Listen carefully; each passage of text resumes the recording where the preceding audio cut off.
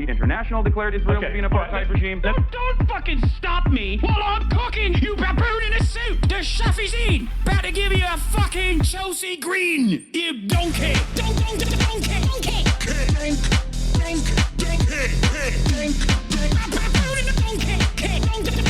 Listen to what I'm saying, and you will understand, perhaps, what I'm trying to imply. Patronizing. Yeah, I am being patronizing. I don't know who the fuck you are, and you're over here chirping all the way from fucking London about you want to fucking free Palestine, but also simultaneously you're talking about how both sides are fucking fine. Shut the fuck up. You don't know anything, okay? Who the fuck is this pink-haired twink?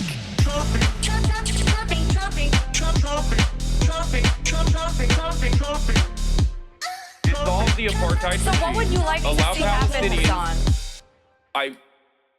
Do you not understand the English language? What's going on, everybody? I hope everyone's having a fantastic evening, afternoon, pre-noon, no matter where you are in the world. I'm Hassan Piker, and this is the HasanAbi broadcast coming to you live from Gloomy, California, Los Angeles, folks. We're live and alive, and I hope all the boys, girls, and MBs are having a fantastic one because today's a beautiful day. Today's a wonderful day. Today is Tuesday.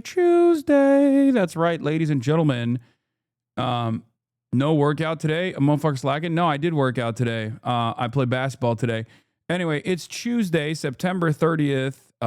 It is Tuesday, September 30th, 2025. We are about to be in October. You already know. Is this the last stream before you get sent to the gulag? I mean, American prison system, says Cucumber Skin Harvester. No, hopefully not. Anyway, it's partially sunny, but actually kind of cloudy here in California. It's 71 degrees, but we're alive. We're alive. We got a lot going on in the world, and I hope you guys have a fantastic one, just as I will. This is going to be a shorter day today because I'm actually flying to France. Vive la France. Oui. And of course, as you guys know, when I'm not live, that means things are going to get heated. So just get ready for it. Okay. The Gaza flotilla is actually nearing the Gaza coastline. A government shutdown is imminent, and I will, of course, not be live while all of this is happening, which means that things will be happening, as always. Will you stream from the plane? No, I will not. You going to watch Ludwig Race? Yes. I am going to GP Explorer. And because the American government is shutting down, I'm going to be in France, which I actually don't know how that's going to work because, like, if the American government shuts down and I'm in France, will I be able to fly back to the United States of America when there's no air traffic control? Who knows? Well, I guess we'll find out, though, won't we? I guess we shall. We will find out maybe I'll become le Franchi, you know? Le Franchi. Anyway, yes, those are deemed necessary. Okay, well, we'll see. We'll see what the administration does. Those are deemed necessary and cannot shut down. I know, but there's a slowdown, a crippling slowdown on the TSA and also on the ATC, partially because the shutdown would make it so that they can't actually bring in new ATC air traffic controllers that are in the process of being hired and stuff like that. So we shall see. Wait. Anyway, what else was I going to say? I forgot. That's it. This is part of the broadcast where I tell you about my personal news real quick. Nothing really too crazy happening in my world. My mom loves slow horses. I ended the broadcast last night and she immediately dove into slow horses. She just is addicted. And she will just like turn it on and will shamelessly, I'll be like, Mom, I'm not really that invested in this show. Like, because I keep like tuning in and out. So I don't really know what's happening. I know it seems like it's a very good show, but like, I don't fully comprehend it. Right. And I don't really know, I don't really know exactly what's taking place here. And my mom is like, nope, we're watching this shit. There's nothing you can do about it. Sucks to suck, bucko. Basically, that's her attitude about this thing, which is crazy, but it is what it is, you know? You hella lying to your mom. You had no interest in that show. No, I'm just saying, like, I understand that, like, it's probably not the worst show to watch, especially because it's, like, about psyops and, like, intelligence agencies and stuff like that for MI6. It's cool. Like, it's just, Anyway, whatever. I'm not going to get into it. Watch The Girlfriend. You watch your girlfriend around me, bucko. Did you see Ty Lopez is getting sued by the SEC? No, I did not. Also, what was I going to say?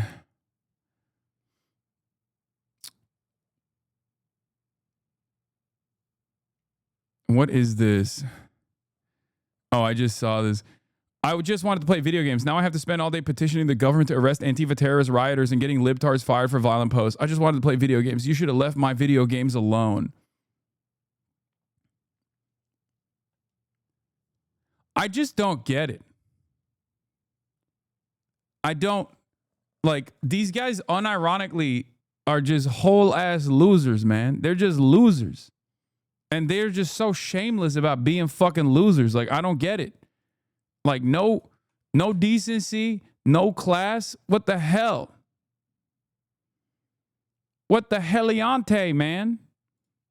Like, you should be ashamed to say that out loud, you know? Anyway. All right, let's blast off real quick. This morning I played ball. I was cooking as always. You already know your boy still got it. I'm getting fatter by the moment, but I'm also at the same time at least sleeping a lot more. I'm getting stronger, and also I'm still cooking on the basketball court. And what else? And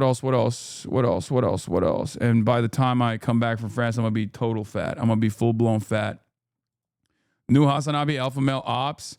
Oh yeah. Well, I'll look at that in a second. Let me just blast off real quick. Let me blast off. Bro used to have abs and now doesn't even thirst trap anymore. Yeah, because I'm fucking fat, dog. I don't have abs anymore. What do you want me to do? Look at that. 20 years of pausing it. Pause it. Anyway. All right. Ice mania in all cities. Keg's breath and Trump deliver general speech. Will we go to war in Venezuela? War with Venezuela. Ice mania in all cities. Israel claims flotilla is Hamas. Address the elephant? What's the elephant?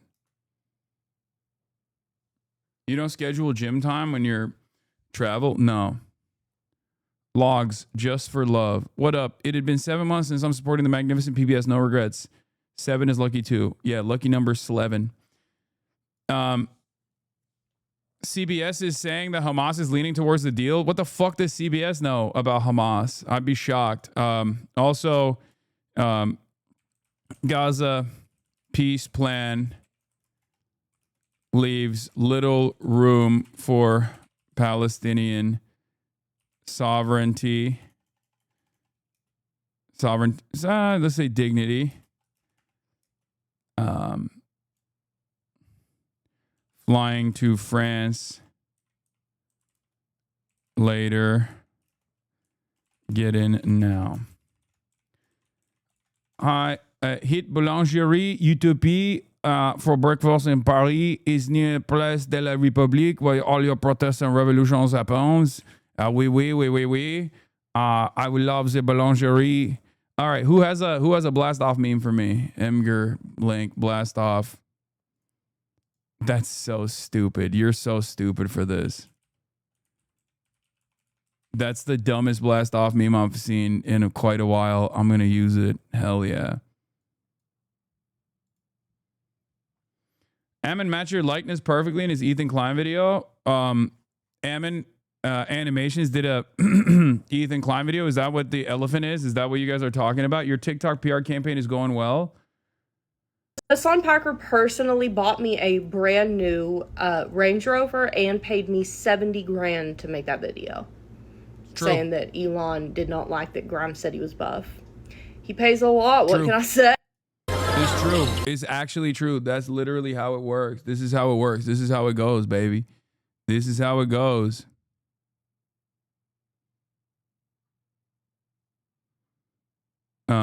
Wait.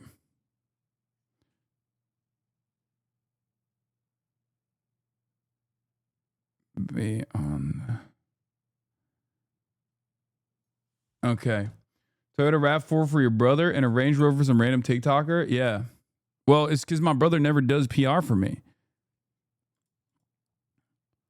I keep telling you haters that you brought me a 4070 Ti Super Last Socialism is a lie.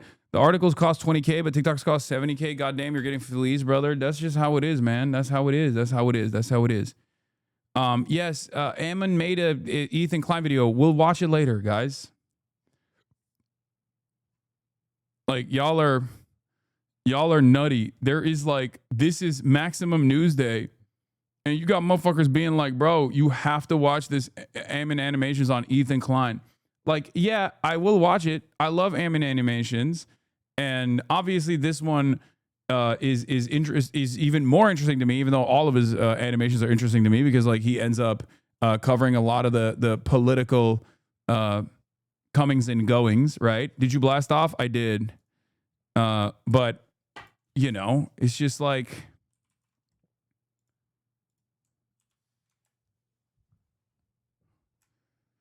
Watch E with a Gaza deal on the table. Yeah, I usually hate drama content, but his videos are so much better than drama. Yeah, I know. Hold on.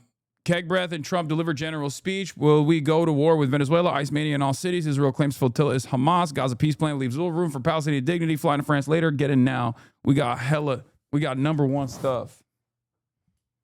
We got a number one news day. Okay, it's a news day Tuesday. You already know what it is. Important update, Bad Bunny or like-alike. Oh yeah, I saw this. Bad Bunny, he looks amazing. And I don't know why people were talking about this like it's a big own or something. Her body is tea. Her body is tea. And y'all are jealous. This is the thing that I find to be so stupid. People will constantly be like, oh, dude, you did drag. It's like, so did everybody in America at some point, okay? It's like back in the day, I feel like men used to do this and it was not a problem. And then one day, people just decided it's actually a really shameful incident. Like, we became more insecure. I mean, look, J.D. Vance did it. I mean, this is obviously a gross version of that. It's not a very good instance of drag, but like, who cares? You know what I mean? Why do you make such a big deal out of this?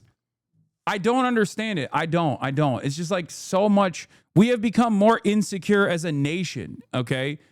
And one of my favorite things is like, people will constantly talk about, people will constantly bring this up. Cause like I personally have done it a bunch of times. Like, you know, I did the Cat Girl Cafe shit, right? Like the maid cafe shit.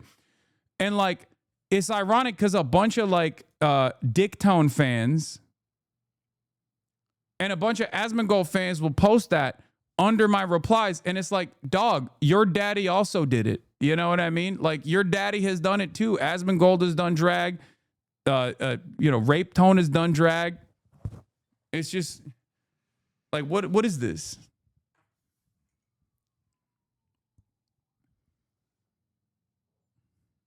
I don't get it.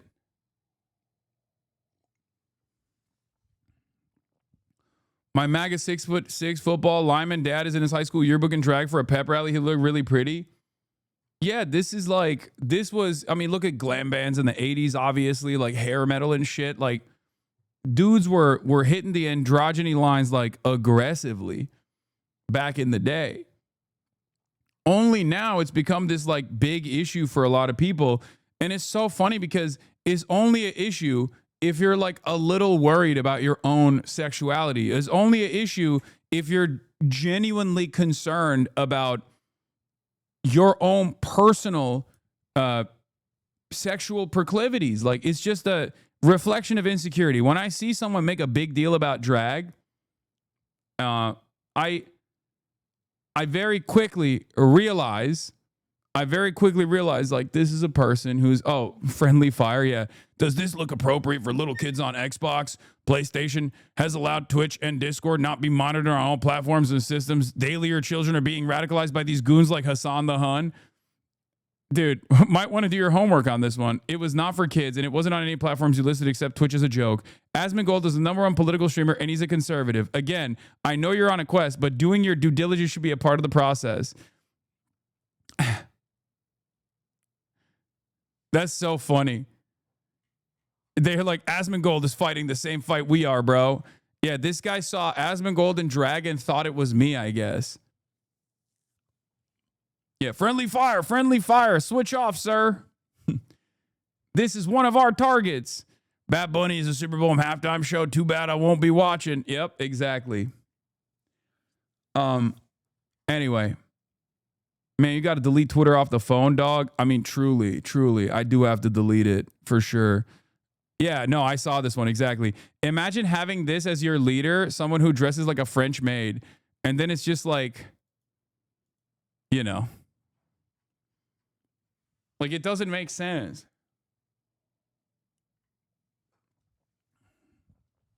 Everyone's done this shit. Everyone's done this shit. Found the perfect vid encapsulates how I feel about you. Give me some wine to put me in a room with Hassan Piker. I don't even need to say anything else. We saw this already. We saw this on the stream already. I know. It's not just personal insecurity. Trans femininity is also a threat to patriarchy inherently, which is partially why the Christian nationalist movement is so threatened by it. Yeah, no, I agree. Well, there's a couple different avenues here. Gender, and the way that people understand it, is one of the only associations, one of the only cultural signifiers that people have that isn't directly tied back to a commodity, even though it can be reflected in the commodities that you purchase. So a lot of people have this like super strong opinion on the binary, rigid, antiquated understanding of gender, and they think it's like a remnant of their biology, and not simply like something that is not rigid, not binary, even on the physical side, even on the biological side. And it's certainly not that when it comes to gender being a social construct, right? It's anti-intellectualism, and it's fear of the unknown, and it's also just like a fear that people have about the world changing around them in real time in ways that they can't understand. So it is what it is. But I think that for many people, because they have such a strong association with their gender, such strong associations with like who they are as a person is like defined by their gender, and the way that they understand gender as a rigid binary construct, they lose their fucking minds when a person existing in the real world breaks that binary in real time. God forbid, especially if it's someone that they want to fuck. Okay? God forbid, especially if it's someone that they find to be like sexually attractive. Oh my God. They lose their goddamn minds. That's why you see so many people who are transphobic, like outwardly transphobic and insane. They got trans on the brain all the time. Also be chasers, like the Alex Jones of the world, like Nick Fuentes. Like these people are like that. But it is what it is, you know? For me, it still stems from a crisis of insecurity. If you're insecure about who you are, and you constantly have to like put on this performance, this outward performance, which is ironically exactly what gender is. But if you constantly feel the need to put on this like outward performance of violence because that's how you have decided you can just like tell everybody how masculine you are, then you become a conservative.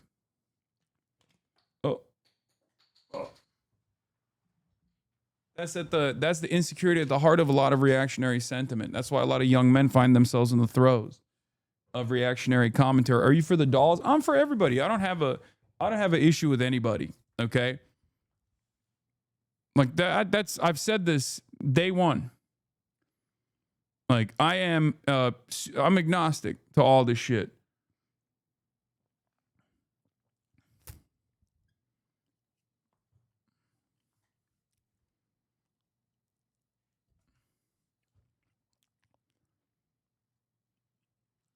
As long as I care more about people's output, I care more about like what people do.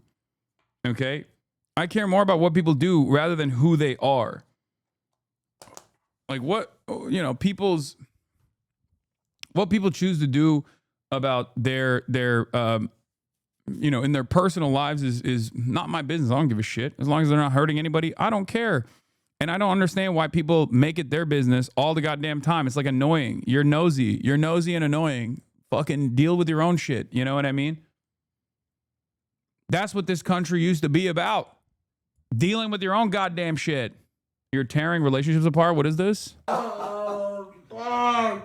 Accidentally said Hasan reposted my TikTok in front of my man and his friends. Oh no. You deserve better. You're rich as fuck. We need to get you a Porsche. No, we need to get you a Lamborghini. We need to get you involved in the community. Get you 1.1 million followers. Do you know the Nelk Boys? Have you ever hung out? No. Then you're not friends. I never said we were friends. Well, why won't you block him then? That's so funny. It's Victoria Hammett. I'm reposting this too. Uh-oh. This is more common than you might think. I've seen this happen IRL. I mean, this is the perfect boyfriend. Like the type of dude who can make jokes about this. This is, once again, a boyfriend who is so confident in their relationship that it's like understandably not an issue at all. So much so that they can like literally make jokes about it. Respect. You know, this is exactly the type of boyfriend you must have.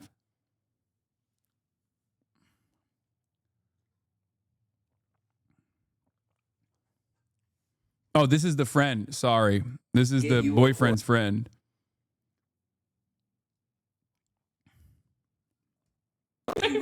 Which one's the boyfriend? The one who's on the couch? Do you know the Nelk Boys? I mean, he's handsome as hell.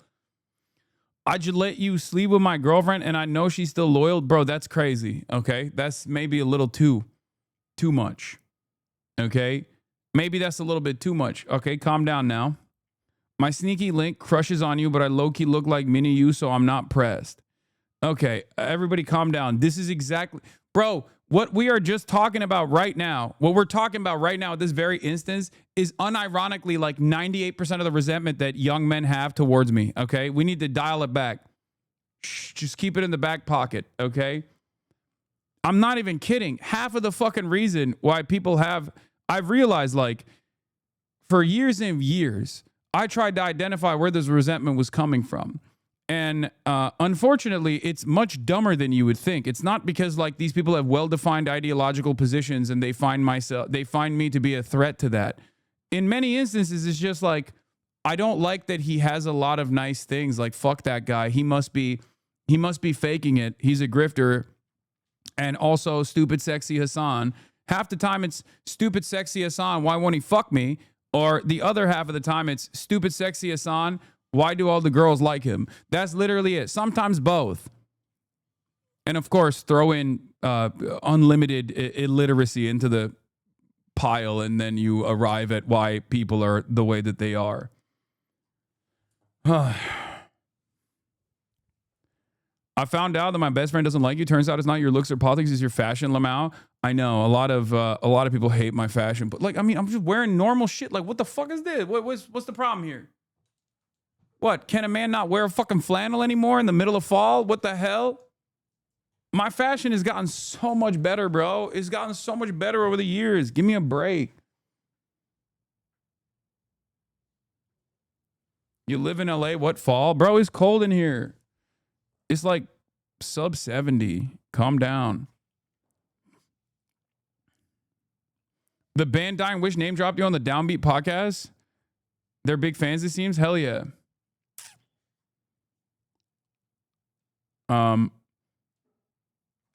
Where was I? What was I going to show you? Oh, there was also this. I mean, this is a meme. This is a meme account. Richard Stroker is like he's like a meme guy. I'm pretty sure he's not like a real person. We are the Republic, or they routinely make like bait posts like this one. We are the Republicans your parents warned you about. We're smart, irresistible to women, and most importantly, we're total alpha males. We are the future, whether you like it or not. Stay mad. Back me up, Bryn Holland. These liberals are attacking us. This will help propel the college speaking tour too, by the way. Lots of women clearly want a piece of us. It's, no, this is bait. He's rage baiting. He always does this shit. I previously thought it was real too. You wear normal shit at home is when you go out that you look stupid. Wait, what? Yeah, his name is Dick Stroker, guys. They want that skinny jean plus flats, Andrew Tate look, Lamau. Yeah, the first two are real Republican guys, though. I mean, this one straight up looks like one of Santa's elves in that fucking in that claymation show. Or he looks like Moral Oral, bro. What the hell? Am I crazy? Did they find this in a lab? What is this? Did they make this in a lab, bro? Did they look at Moral Oral and we're like, we need that? We need that to be the movement guy. Like, look at this.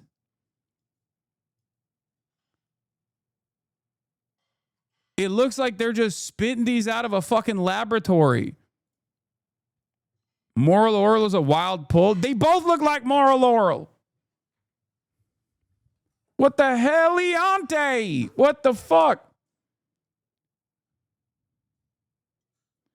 What the fuck is this?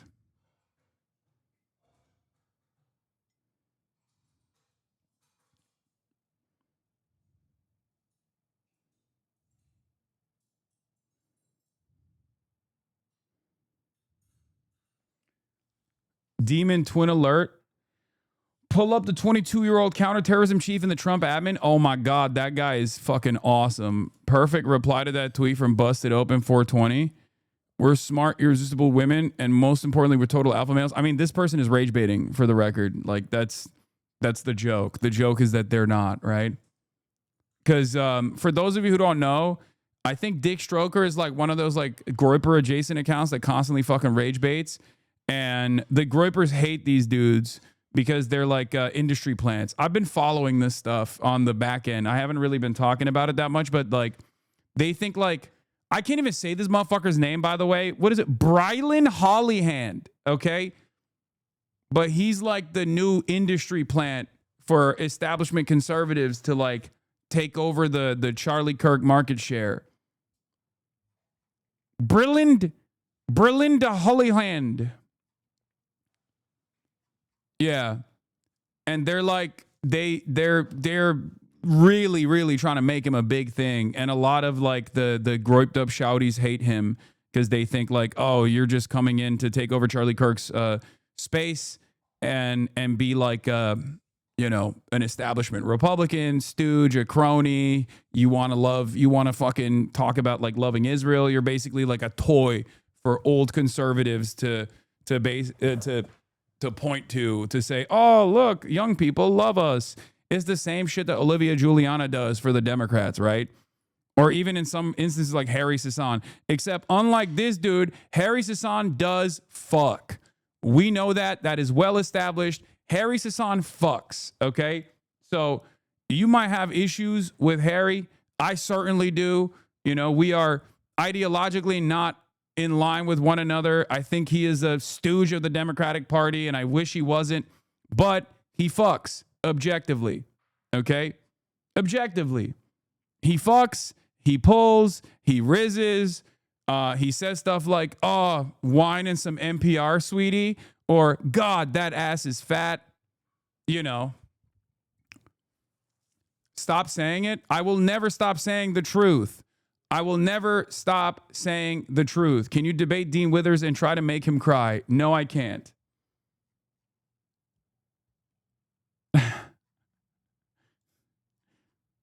He cried, we crowed, okay? What is this? Here? Yep, that's my goat. That's my motherfucking goat, dude. Look at that game, dude. Look at that game. God, that ass is fat. Penis Tugger called you out. Hey, Hassan the Hun, why didn't you say it to my face, tough guy? Nice.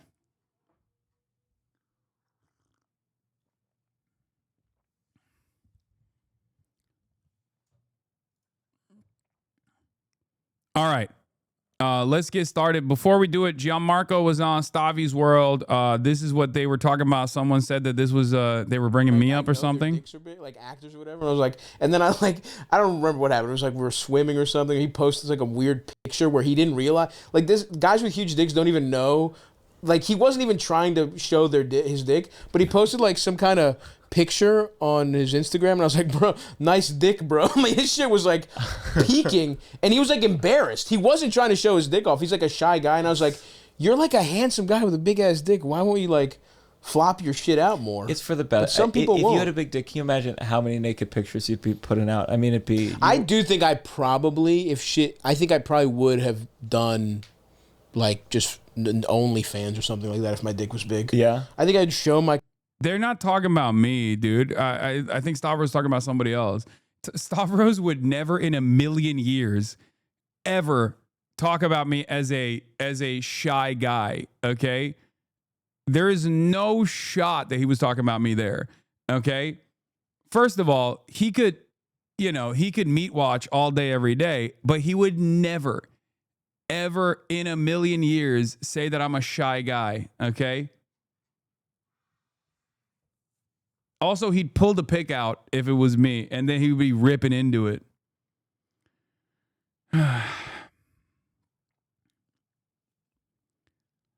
Yeah, Stav would never compliment a Turk. He would die before he acknowledged a Turkish man's penis being large, okay?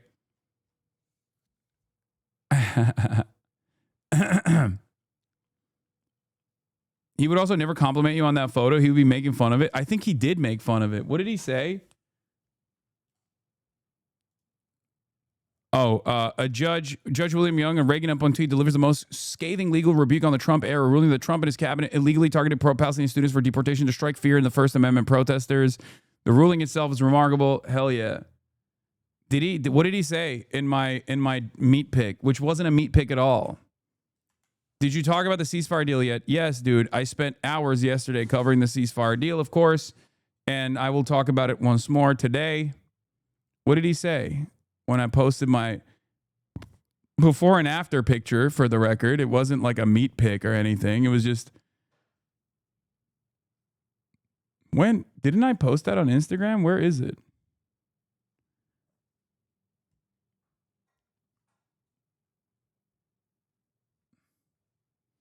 The range in this broadcast is crazy. You already know it, baby. That's how it works. When did I post that pic?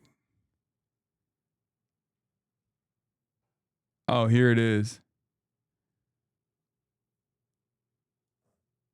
Did Stav respond to this? I'm sure he must have. I can't see it. Anyway, whatever. It don't matter. You're just a shy guy. God, that ass is fat. Okay, stop. About time for a new one, boss? I can't, dude. I'm nowhere near in as great shape as I was back then. That's like, I got like 20 pounds on that. I'm like 240 right now, chat. I'm fucking fat. The difference between 240 me and 220 me is like six pack. Fucking striations, you know? What happened, bro? What do you mean what happened? Look at the last fucking couple of months. The last couple of months have been me traveling all over the place. Like, all my diet's been all over the place. It just sucks. 20 pounds is a lot. Not for me. I'm a big boy, but 240, why you look so slim? Because I'm 6'4" and muscular.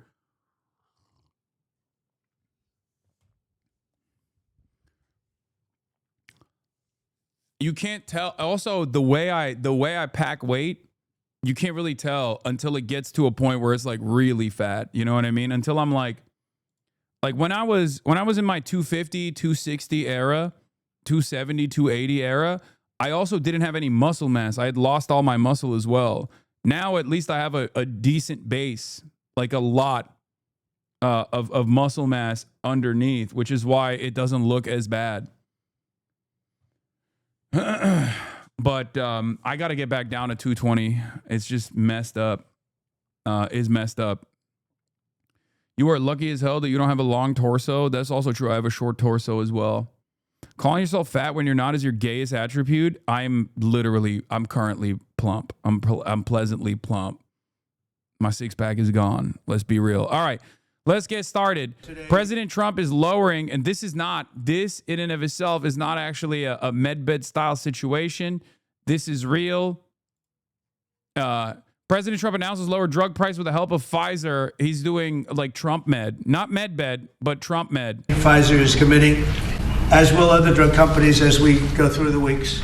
But Pfizer is truly one of the biggest in the world and one of the greatest in the world. Today, Pfizer is committing to offer all of their prescription medications to Medicaid, and it will be at the most favored nation's prices. It's going to have a huge impact on bringing Medicaid costs down like nothing else. I told you that in my first term, I was so proud of the fact that for the first time in 28 years, drug prices came down.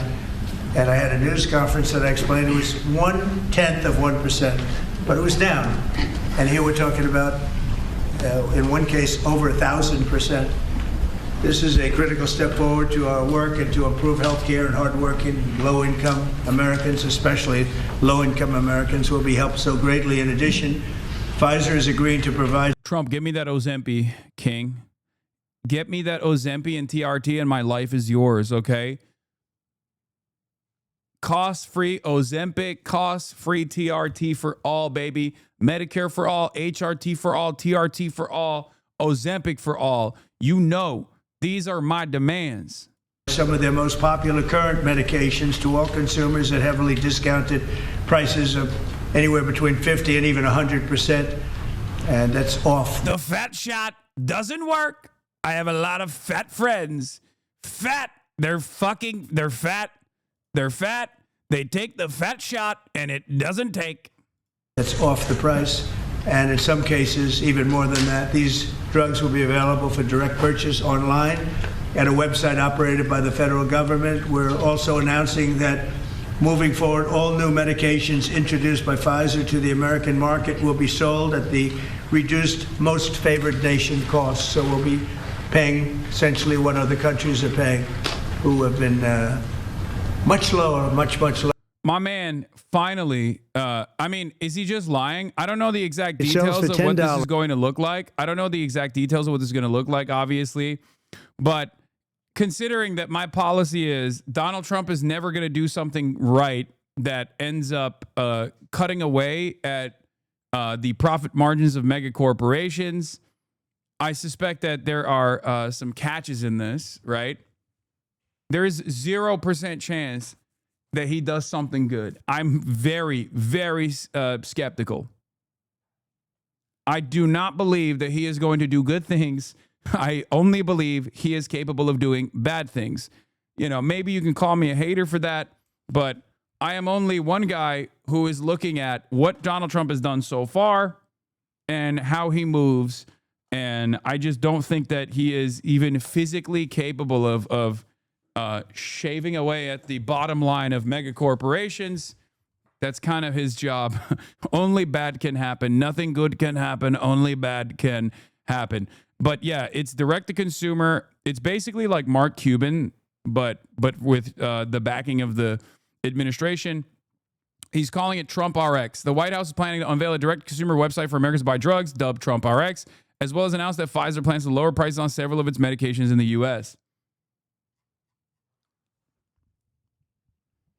Nothing bad can happen, only good happen. But it can only bad happen. That's the reality. There's a new Pete Kegsbreath expose. Pentagon Pete's manic meltdowns exposed by AIDS. Obviously, we'll talk about that as well. But let's be real. There is a possible shutdown that is imminent.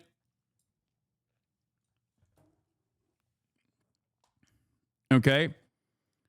We are at the precipice of a government shutdown if the Democrats don't cave. There is still a likelihood that the Democrats might cave. Remember, Chuck Schumer, there's always a likelihood that Chuck Schumer will find a way to say, I don't want to fight, Mr. President. I'm so sorry. Thank you for giving money to Israel. In other countries and $137 in the U.S. and that's coming down now to probably $15 or $18. You have to check HUD.gov They'll real go quick. up to 18. I think that's pretty much right, Albert. It's not you, but they'll go up to 18, and we'll come down. This is on the radical left are going to shut down the government and inflict massive pain on the American people unless they get their $1.5 trillion wish list of demands. The Trump administration wants to keep the government open for the American people. Is the shutdown good or bad? There is no world in which the shutdown is good. Obviously, the shutdown is bad. Now, do I believe that the shutdown will be good for the Democrats? It depends. Okay? The shutdown is obviously a crisis, right? You have a lot of workers that are on furlough, and none of the government functions work in the way that they normally do. But is it a necessity in times like this? Is it a weapon wielded by the minority party when the administration is engaging in real time with a crippling of all institutions, sicking the military on the people, and taking away a lot of government-funded healthcare away from regular Americans? Absolutely. So, unfortunately, it must be done, right? This is a weapon that the Democrats have in their arsenal, perhaps the most consequential one, and they should have done it in the past as well. I kept repeatedly saying that they have to do this. They have no other tool, right? For the Democrats, their demands are pretty reasonable, okay? Their demands are pretty reasonable. I think that they could be making even more demands, like, for example, clawing back some of the ICE funding, like demanding that they no longer sic ICE and the American military on the domestic front, and also ensuring that some of the cuts that are going to come for Medicaid do not happen, right? Because the reality of the matter is the big beautiful bill is going to be is going to bring about $800 billion in cuts to Medicaid, right? That's ginormous. That's terrifying for rural hospitals. It's terrifying for Trump's base, ironically enough. And that is one of the demands that the Democrats are making. They want assurances from the Republican Party to not do that. And, of course, the Republicans are literally turning around and lying and saying they have a $1.5 trillion wish list of demands. They want to give everybody transgender. They want to give everybody undocumented migrant. Okay? Because as it stands, in order to avoid a shutdown, to fund the government, they need votes from Democrats. And the Democrats are standing firmly against it. They're saying, we're not going to fund the government unless you listen to some of the reasonable demands we have. Okay?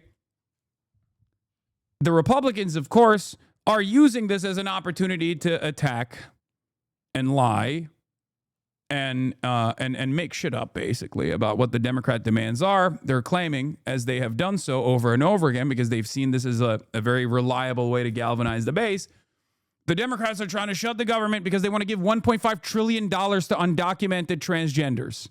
Okay? If you slap transgender and undocumented into your conversation, illegal alien or transgender into your conversation, every Republican seemingly doesn't realize that they're getting robbed blind. Okay? And that's precisely what they're doing. J.D. Vance started doing this already. My fear here is not only is it the appropriate thing for the Democrats to do in order to protect all American citizens right now, because it's the only tool that they have, and make it costly for the administration to continue the shutdown, because, like, at the end of the day, they control everything. They control the House, they control the Senate, they control the White House.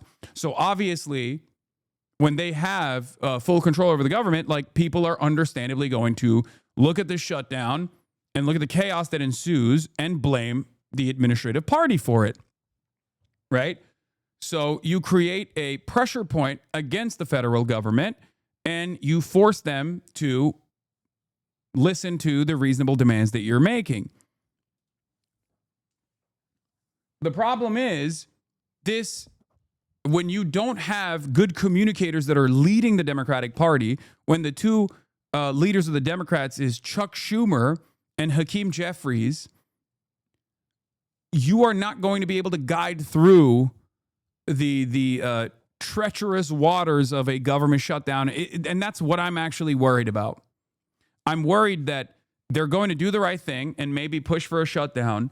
And then instead of using that opportunity to talk about all of the things that this administration is doing so far and what your demands are, they are going to get bullied by a faucet of misinformation coming from the Republican side. Okay? And then they'll somehow find a way to fuck this up as well. What do I mean by this? I mean, yesterday, Hakeem Jeffries and Chuck Schumer went and talked to Donald Trump. They came out and said, it seems like it's the first time Trump has actually heard our demands about, how people are going to lose their health care coverage if this goes through, if this big, beautiful bill goes through, all this stuff, right? Donald Trump came out and said, Hakeem Jeffries is Mexican. And Chuck Schumer wants undocumented illegals to get $1.5 trillion of healthcare with an AI video. That was what his response was. It's a fucking clown show. It's a goddamn clown show. And it doesn't even feel like the media is equipped to tackle this kind of idiotic sentiment expressed by the administration. At least in like 2016, there was this overall attitude that like what Trump was doing was not fit for the station. What Trump was doing was completely inappropriate. And Republicans had a sense of shame, even like those who secretly loved Donald Trump still exhibited a sense of shame that this was, not dignified, right? The way that Trump was presenting himself was not dignified. They would always say, oh, just don't listen to what he has to say. But, listen to what he's doing. What he's doing is good, but what he has to say is kind of stupid. I don't really like it or whatever, right? That's gone now. They don't even do that nowadays. And in some ways, like, I kind of understand, because how can you address respectability politics when no one has a sense of respect for the office? Trump has been able to almost single-handedly completely erode the dignity of the office by weaponizing the bully pulpit and changing the culture dramatically around like what the expectation is from the bully pulpit, what the expectation is from supposed to be from the presidency. This is true. He has done that. He's done that successfully. Plus, there is no mechanism that exists as it stands against a faucet of misinformation that Republicans always love to present in times of breaking news or whenever they want to present a new hysteria that they must combat. Like, left violence is one of the greatest examples of this. Over and over again, we look at the data, and the data shows it's like right-wingers are responsible for the overwhelming majority of fucking violent incidents in this country and domestic acts of domestic terror. And yet these guys keep saying, nah, it's the left. The left is doing violence. The left is doing violence. The left is doing violence over and over again until people are just like, okay, sure, it's the left, I guess. I'm sorry. Please stop. From 135 or whatever down to 18. I mean, that's a massive number. Remember, I was the one that held a news conference because I lowered drug prices by 1/4%. I think it was 1/8 of 1%, but it was the only one in 28 years that brought drug prices down for the year. But it was a very small number. Now we're talking about, you're going to see one over 1,000%. Look at these numbers. So, and this has a big impact, even on the discussion that we'll have with Chuck Schumer, who was here yesterday, along with a very nice gentleman who I didn't really know. You know who I'm talking about. The two of them came and we had a good discussion, and we're going to see what happens. We're going to see what happens, but this has a huge impact on that because these numbers are going to bring Medicaid. We talk about Obamacare. Obamacare is a failure. Obamacare is not good. It's there, but relative to other healthcare programs, it's in the lower 20%. It's not good. And I asked the Democrat representatives, what do you think about coming up with a better health care? This actually allows you to do that because the cost of prescription medicine is a big, I guess, a very big, more than 50% the cost of what we're talking about. So we might be able to do something like that. This is one of the biggest news conference from a medical standpoint that I think has ever been had by any administration. Yeah, please. Thank you. I'm curious, where are the other companies other than Pfizer? Are you expecting them to come on later? They're all with us. And I was honored to have Albert be the first. He's done a fantastic job with, as you know, with the COVID. He did a fantastic job with a lot of things. He's a leader. And yeah, he also, given that Donald Trump's intention is to just like cripple the federal government anyway, he is also saying that he's going to use the shutdown to further slash the government to begin with. But the problem here is that when they did this with Doge, a lot of people reacted negatively to it. So they had to like literally go back and rehire a bunch of these people. It still actually fucked a bunch of things up. But this is simply a threat. Okay? That's all this is. Will he follow through on it? Maybe. But it doesn't matter. We have to fucking keep up the intensity. We have to keep up the pressure to ensure that they go back on this initial assessment where they try to like fire a bunch of federal government employees. So that's another part of the puzzle as well. It's just like they're fucking up everything. There is an asymmetry when you combat right-wingers. Like there is an ease where there's an ease in which you can destroy something. It takes a lot longer and a lot more effort to build certain things as opposed to breaking them, right? It's so easy for Republicans to just say, like, we're firing everybody. Who gives a shit? Fuck you. The hardest part for the Republican side is to actually destroy things that are defensible, like Social Security. People like that. So they have to take a long time to just like slowly but surely cripple these programs with austerity and then eventually develop resentment towards those programs. It takes years and years to successfully do this, right? But ironically enough, as the White House correspondent for Independent Andrew Feinberg says, White House is begging hundreds of office managers fired by Elon Musk Doge to come back to work. So like I'm saying, like these guys are stupid enough to follow through on this, but I don't think they realize how devastating this is for the regular federal government to work. They need these people, right? They need these people. They need people that are responsible to continue working at these regulatory agencies. Like if you fire mad people from the FDA, for example, because you're just horny to cripple the federal government, you're going to have the inevitable consequences that are very damaging. Like you're no longer going to have confidence in the meat that you're purchasing at the grocery store. Like you can't have that. Okay? You can't have that. That's chaotic. And maybe in the short term it looks fine. It feels fine. But the impact of such decisions will harm the public so dramatically that it'll be pure chaos.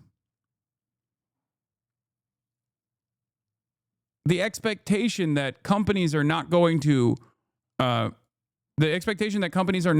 take advantage of the lack of regulatory control and then refuse to actually keep the same standard of quality in their produce is ridiculous. Of course, they're going to be like, all right, but FDA is not checking this shit anymore. Who cares? We can offer substandard safety protocols now. And then eventually the public will start getting sick.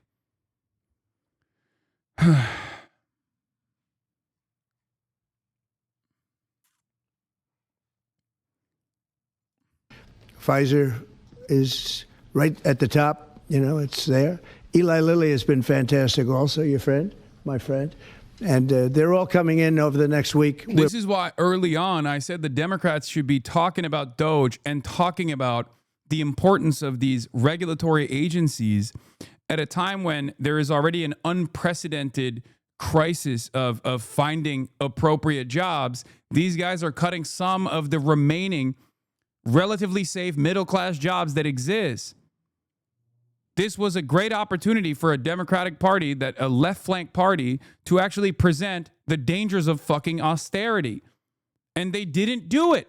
And because they didn't do it for the past 9 months, because they were just quiet about everything, it's quite difficult for them to do it now in the heat of the moment. This is the issue with the crisis that we're facing with bad leadership in the Democratic Party. It is the exact same crisis that we experienced when Brandon was president. If you don't have a decent orator with good rhetoric who can command the attention of the masses and talk about how wonderful the initiatives that they're taking are, then obviously the opposition can bastardize whatever the fuck you're doing, which they did. Or even, in the case of what Donald Trump is doing here, take credit for it. They could take credit for it, like the insulin price caps. Donald Trump is like, I did that. That's mine. That's my initiative. It's crazy. Making deals with all of them.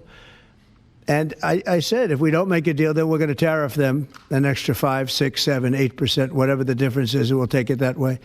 So we took away the advantage by the fact that we have tariffs. We took away the advantage that they would have of just saying no, and we couldn't do anything about it. If they do that, what we do is we'd put a tariff on them of an equivalent amount, and we take it that way. And nobody wants to play that game. So they're going to be, they're all going to be good. We didn't have to mention that to Albert. Well, maybe I whispered it to him very slightly, you know. We had to give ourselves a little bit of an advantage. But no, but the tariffs played a big role because they know that's what's going to happen. President Trump. You mentioned the tariff, the exemption of the 232s, but can you share a timeline for when we can expect the results of that 232 investigation? Let Howard answer that question, please. Sure. So while we're negotiating with these companies, we're going to let them play out and finish these negotiations because they are the most important thing to the American people. So we are standing by, helping and working with them. But the driver of the 232 outcomes is our HHS team because, I mean, look what they've accomplished today. So we are on their side helping them, but that is the model that's going to drive.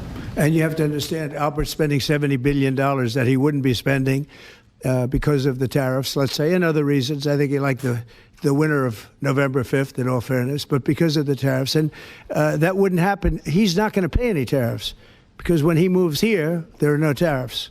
So he won't be paying tariffs. That's the beauty of it. If you move here, there are no tariffs. And we have... I don't know what the fuck RFK is doing here, bro. I don't know what's going on with his blazer. I don't know why he has his one hand inside of his blazer like he's a Vladimir Putin security guard or something. Over $17 trillion, Albert. You believe these numbers? So Biden had less than $1 trillion for 4 years. We have over $17 trillion for essentially 8 months. Pretty amazing. When will prices come down, Mr. President? When can America? They're going to start coming down. Drug prices? Well, they'll be starting immediately. Yeah. Mr. President, can you speak to what impact you think this reduction in drug prices will have on midterms coming up? I think it's going to have a huge... I said, if we can pull this off before midterms, I've wanted to do it from the beginning, from my first day in first term. And we were doing so well. We had the greatest economy we've ever had. Everything was good. And then we're ready to do this, which is complex and big. It's a big change. But what happened is COVID came, and we focused on COVID. We focused on COVID very hard with Albert, with the other companies, with everybody. Regeneron was a great thing. You know, we did a lot of therapeutics that were fantastic. And so we focused on that. And I said, if I pull this off again, the first thing I'm going to do, and, you know, we've been working on this for 8 months. This is a very big deal. This is a big shock to the system. But it's not as much as I said. They're going to go up. The world is going to go up a little bit. We're going to come down a lot. But now it's fair. We're gonna be paying the same thing. Yeah. President Trump, in your first term, when you cut the price of insulin, Biden later came in. He tried to steal credit for that. Do you worry that the Democrats are going to try to steal credit for these historic cuts? I really appreciate your question because I did. I cut the price of insulin down to $35. Very good question. You seem like a dapper young lad with a wonderful career ahead of you. What is the question, bro? That's not a question. It's a glaze. That's just that's a dick suck, okay? Half of the people that are in that room are there specifically so that they can be like, Mr. President, you are so sexy and hot today. I love you. Why do you think the Democrats have a crisis of ugly? Why do you think the Democrats are so weak and feeble, Mr. President? Why don't they actually demand that there's a national holiday to celebrate you, Mr. President? Very good question. Thank you. Fantastic. And the problem is with many of these things, and in this case it's going to be pretty quick, but oftentimes you'll do something medically because of the process, and it won't be seen for 2 or 3 years. That happened also with, I could say 4 different things, but just if you talk about insulin, so it was 200, 300, 500, and you couldn't get it, and I got it down to 35. And I said, I hope I win the next election because otherwise whoever wins is going to take credit for it. Well, what happened is we did win the election. We did great.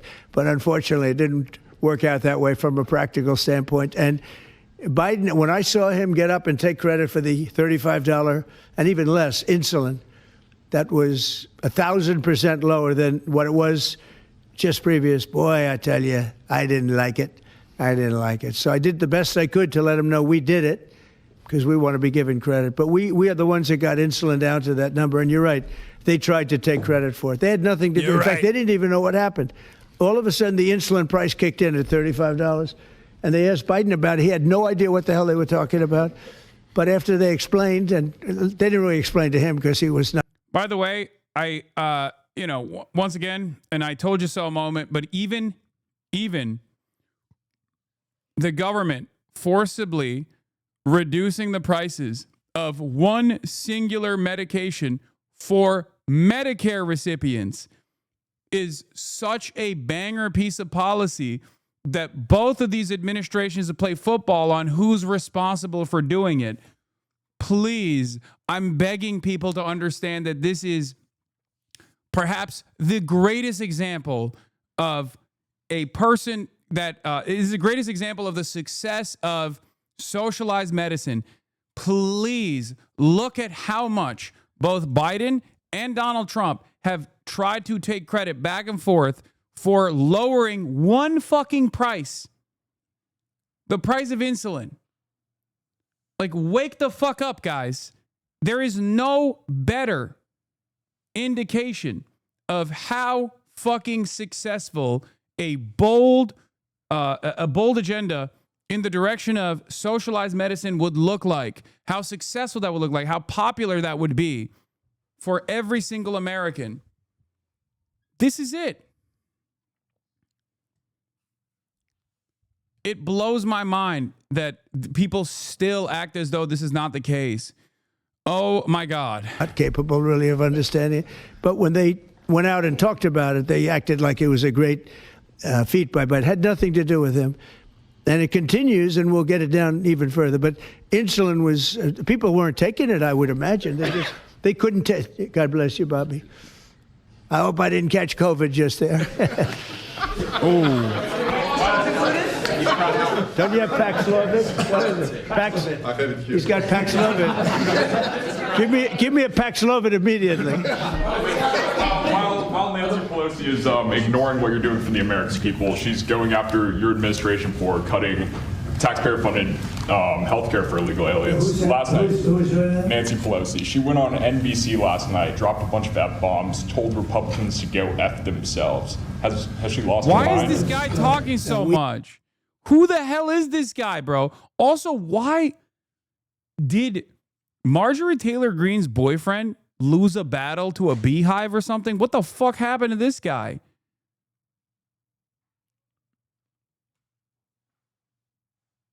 I just realized Marjorie Taylor Greene's boyfriend, the one who famously yelled at Zelensky about not wearing a suit looks like absolute shit. Why is he so swollen? It looks like he ate out a beehive, bro. What the hell? What happened to him?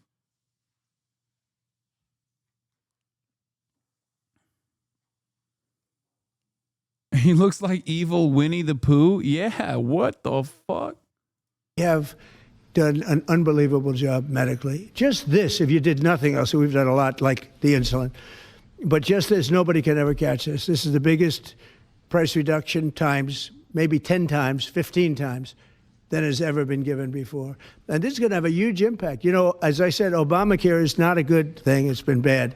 And I'd like to make it better. I told them, I spoke to a lot of people, a lot of Democrats recently. I said, why don't we change it? We can make Obamacare much better. We could come up with a new system that would be much better, less expensive for the people and better.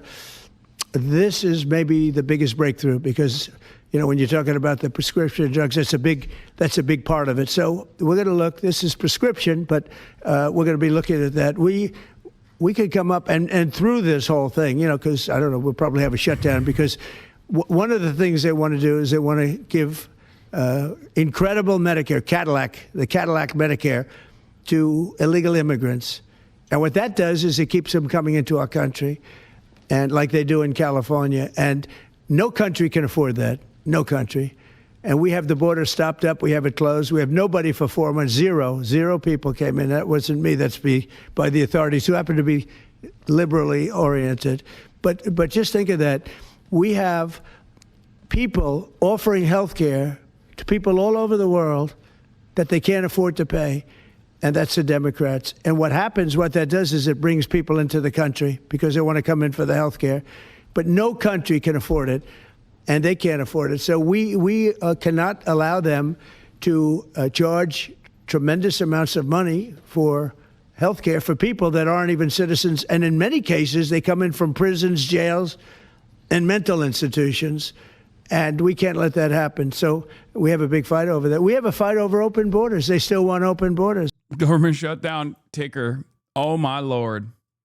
We're having a fight over men and women's sports, if you believe it. You would have thought they would have learned. Where is the fight over this, man? No, you're having a fight with yourself on an issue that is inconsequential, okay? On an issue that is consequential for 1% or less than 1% of the population, of course, but is utterly inconsequential in the grand scheme of things, whichever, if you take the initiative and ban it, which you did.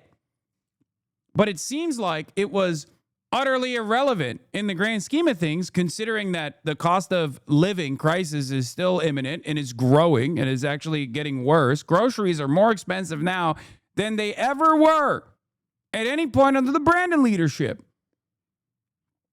Remember, that was the number one reason why motherfuckers voted for him. Okay? They thought, oh, well, he will bring the grocery prices down.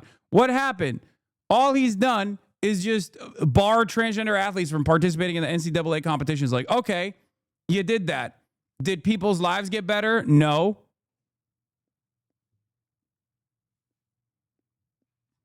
I can't stand this shit, man. There is no better representation that like all the culture war stuff that these guys, all the culture war battles that these guys fight are simply violent distractions. And have been used as a way to make people look the other way on their inability to address the actual crises that people voted for Donald Trump. Like another great example of this is immigration, right? Donald Trump is talking about, you know, open borders. New. Reuters uncovers that the Trump admin is prosecuting the lowest number of drug trafficking cases in decades. Oh my God. How strange, you might be saying. Maybe it's because Donald Trump is actually actively stopping border crossings from taking place. Nope, that's not the reason. The reason is because the Trump admin has diverted so many law enforcement resources away from drugs to going after random fucking migrants instead. Brad Heath says the number of people charged with breaking federal drug laws dropped to the lowest levels in decades this year after the Trump administration ordered enforcement agencies to focus on deporting immigrants. Okay? More drugs were seized in August 2025 than in August 2024. Fentanyl flow is down, but that's been ongoing for almost 2 years now. Cocaine is coming in as normal. Meth appears to be on the upswing. Lots of drugs are still being seized.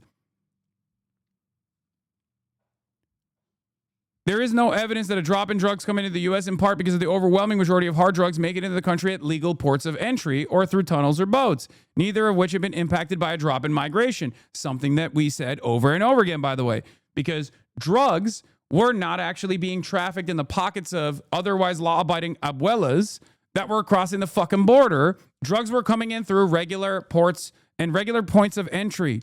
Okay, that was the Department of Homeland Security's own data. That was the Customs and Border Patrol's own data that showed that reality, for the record. I wonder if there was a fucking political commentator who kept repeating this point over and over again. The notion that like mass deportation was somehow going to, or a more militant response for border crossings was somehow going to magically evaporate the drug trade. I said it. I said it to any congressperson that would listen to me. I was like, this is so stupid. Why is nobody talking about that? New, for the first time ever, the largest group of people arrested in the interior and detained by ICE are people with no criminal record, by the way. As of yesterday's data release, 40% of those arrested in the interior and detained by ICE had no prior conviction or pending charges. By the way, this doesn't even mean that the people that were being apprehended with prior charges were being apprehended for severe crimes. Make no mistake, trespass or traffic violations, things of that nature are considered prior charges, okay? So they use that to beef up the stats. So if you look at like the actual violent crime apprehension, that number, I'm willing to bet, has not gone up dramatically at all, okay? What is this? Social credit, please stop. Why? As opposed to migrants arrested at the border or an airport and sent to detention. So looking at those arrested by ICE versus Customs and Border Patrol is a proxy for those arrested as a part of the internal enforcement operations. Oh, in the interior means, for people that are wondering what that means, there are interior deportations that are happening in the regular, streets of Los Angeles or the streets of Chicago and places like that, as opposed to the Customs and Border Patrol apprehensions, which happen usually at in or around the border, like the border crossings that you see, or at an airport, for example. CBP apprehends at the airport. Wrong. First, criminal record means a prior arrest or conviction, not having committed a crime for which a person wasn't ever arrested. If it was the latter, nearly every American would have a record. Second, visa overstays, having committed a crime. While the latest data does not contain a detailed breakout, we know that historically the majority of people with prior convictions arrested by ICE have low-level misdemeanors or violations. Less than 10% of those detained have violent felonies. Okay? So remember that. Remember that when you're looking at these numbers. So when you look at like prior convictions or pending criminal charges, as opposed to no criminal record whatsoever, even the prior conviction or pending criminal charges are oftentimes 90% of them are low-level offenses, and only 10% of them are violent criminal offenses. If you look to the actual apprehension and the actual detention or the prosecution, there is no world in which, under the Biden administration, when an undocumented migrant was responsible for a violent or heinous crime, that they just were immediately released because of fucking woke. That's not a thing that ever happened.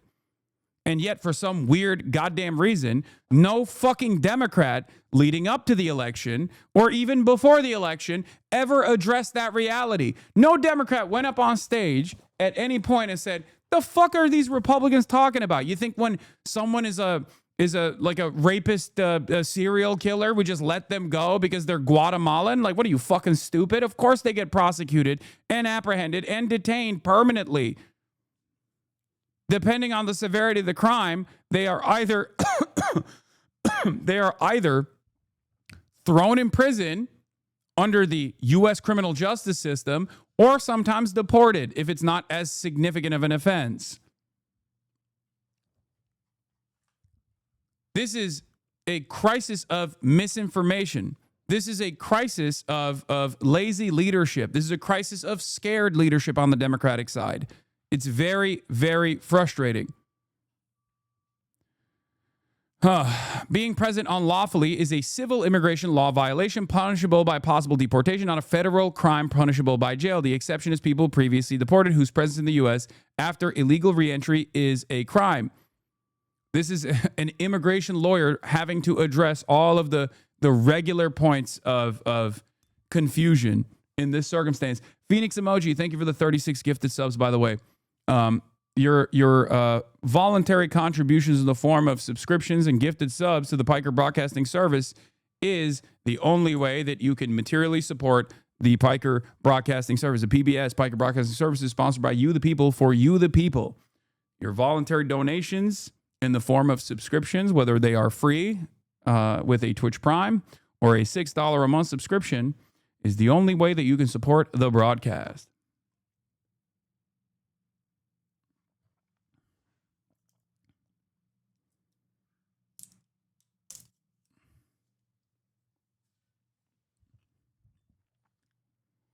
Open Presents, thank you for the 25 get the subs. And Non-Jade, thank you for the 5 gifted subs. Valorant is also gifting 1 gifted sub for every 5 gifted subs in the chat as well. Valorante. Cutie McBiddy, thank you for the 50 gifted subs. Allowing 50 people to now no longer, allowing 50 people to now be able to rewind the broadcast.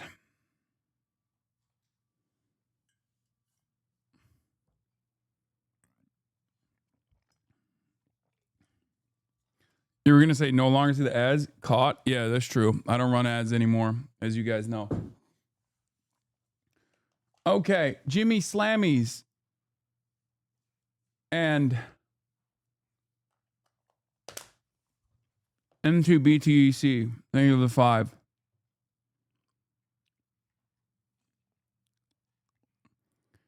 Anyway, the average time for a detained immigration court case has been measured in months for many years. In this case, the data is consistent and has been produced in this format for multiple years. I track it regularly. There's no sign of manipulation. 40% is already scandalously high. The data is from ICE until it can be independently verified. There's little reason to believe it's accurate. That data is not available, but one of the main... How many people detained were here legally with papers in the process of getting permanent status? How many were arrested as they were reporting to the court for asylum and other cases? That data is not available, but one of the main reasons we've seen the dramatic spikes in arrests of people with no criminal records is the immigration court arrests and the Los Angeles raids, which you can see reflected in the data around June. Being here illegally is a criminal act, which these fucking idiots repeat over and over again. Aaron Reichlin Melnick says, completely false. And if you don't believe me, here's the Supreme Court saying it. As a general rule, it is not a crime for a removable alien to remain present in the United States. Why? One must ask the question, why? Why is this not considered like some heinous fucking crime? Because this is a crime oftentimes born out of a lack of proper paperwork. The real crime is the government refusing to give these people the proper documentation. These people are not doing anything wrong. Okay? They're not doing anything wrong. It's like getting mad at fucking jaywalkers and saying that they're destroying the social fabric. It's fucking ridiculous. You have to present an argument as to why having these people work inside of the boundaries of the United States is actually bad. No one ever makes that argument beyond a bunch of vague gesturing in the form of, oh, they're destroying the culture or they're parasitic and they're fucking destroying America. It's all just like white nativist bullshit. Okay? Not even remotely, no criminal record, stay in the country for your loophole. Not even remotely, but what this shows us is that the administration's claim to be focused on the worst of the worst is utter propaganda. In reality, Stephen Miller told ICE to stop focusing on people with criminal convictions and instead hit quotas. This is also true. Sadly, the data doesn't contain how many people detained were here legally with papers. Okay, we already covered that shit too. Anyway, as with many other issues, if that gets relitigated, you're looking at a 6-3 overturn. No, not even remotely likely. In that excerpt, Supreme Court was straightforwardly describing the criminal laws of the United States, not issuing a contested ruling. You're welcome to look through the criminal code. You won't find a general crime of being here unlawfully. Okay? It makes no sense. That is part of the reason why these guys want to make it a heinous crime. They want to elevate it to felony status, for example, as they did in the first Trump administration. The The point of contention is that if you want to elevate like illegal crossings or visa overstayings as a felony in and of itself, you have to present an argument as to why visa overstaying or crossing the border illegally, okay, without having the proper paperwork is a severe crime. You can't just like present it and be like, oh, they're breaking the rules. That's a fucking idiotic way to do things, right? Except we're a nation of stupids, and therefore it's obvious that you can kind of get away with doing this kind of silly thing. You can lean into the worst fears of tribalistic people who don't even realize that they're surrounded by people that don't have the proper clearance or the proper authorization to work in this fucking country. Anyway, let's talk about the clock ticking down to the government shutdown, and then we're going to move on to the Pete HEGSETH and all this other shit that's going on. Just hours until the midnight deadline, Congress barreling toward a government shutdown. Congressional leaders leaving the White House without a deal. It was a frank and direct discussion with the President of the United States and Republican leaders, but significant and meaningful differences remain. Democrats refusing to back down, saying they will not vote to fund the government unless Republicans reverse cuts to Medicaid and keep healthcare premiums from rising for some 20. I mean, this is like the bare minimum, man. This is bare minimum. It's good. It's good that they're actually fighting this fight. But again, this battle will be won or lost depending on how you communicate your discontent. Okay? And I am fearful that these guys are ill-equipped. It would be a tough battle regardless. You could be the most charismatic guy. You could be the Pete Buttigieg, right? Pete Buttigieg could be the leader of the Democratic Party right now, and he's a skillful communicator, regardless of how much I don't like his worldview. He is obviously a skilled communicator, right? Or Gavin Newsom as well. Having said that, it would be even a tough battle for those guys too. Why would it be a tough battle? Because the opposition, the administration, doesn't play by normal rules. They just fucking lie. They'll be like, oh, immigrants. You want to give $17 quintillion to migrants and transgender them. That's why you want to push for this fucking shutdown. How dare you? And then everybody goes, oh, I believe that. They said the key words. Okay? They said the key words. And not only are these guys ill-equipped because they're void of charisma, not only are these guys ill-equipped because they're fearful, but they're ill-equipped in general because it's very hard to combat against a faucet of misinformation that the Republicans present, especially when you don't have an underlying base of established reality that you carefully constructed after years and years of counter messaging. These guys never actually did the counter messaging that was appropriate at the time when Biden was president or when they were running for office, when they were running in the general election. They never actually did that. They only capitulated to the right-wing framing on these issues, and now we are seeing the consequences. Okay? And what is so frustrating about this is, like, I just want the Democrats to literally just say the truth, okay?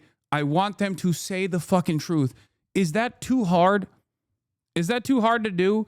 Is that really that crazy of a demand? Just please say the truth. It blows my fucking mind that is like a bridge too far for many in the party at this point. Just be honest. Be honest about the truth. Like, all this stuff that's going on with ICE is built around a hysteria. Built around a falsehood that, like, immigrants were doing all these fucking crimes and whatnot. Okay? That was all bullshit. Just fucking say the truth. It is a very powerful weapon that you have on your side. Million Americans. They just wanted to kick the healthcare problem down the road. Vice President J.D. Vance with this warning. I think we're headed to a shutdown because the Democrats won't do the right thing. And just hours after that meeting, the president turning to mocking Democratic leadership with an AI-generated video on social media with fabricated and false audio. The video shows an AI version of House Minority Leader Hakeem Jeffries wearing a sombrero and a fake mustache with fabricated audio of Senate Minority Leader Chuck Schumer. Jeffrey's writing on X, bigotry will get you nowhere. We are not backing down. And this morning, the White House is now threatening to fire, not just furlough workers under programs that are, quote, not consistent with the president's priorities. If the government shuts down, as many as 4 million federal employees could go without a paycheck. 2 million troops could be forced to work without pay, leaving military families in limbo. Heather Campbell's husband is a major in the Air Force in Alabama. She worries about making ends meet for their 3 kids. We're not talking about faceless humans in a faraway office. We're talking about men and women and moms and dads and grandparents and sisters and uncles. And they want to show up and they want to do a good job and they want to be honest, hardworking Americans. And they're getting caught in the middle. Who will the narrative blame if the government shuts down? Under normal circumstances, it should be the current White House, right? It should be the administration. They control everything, right?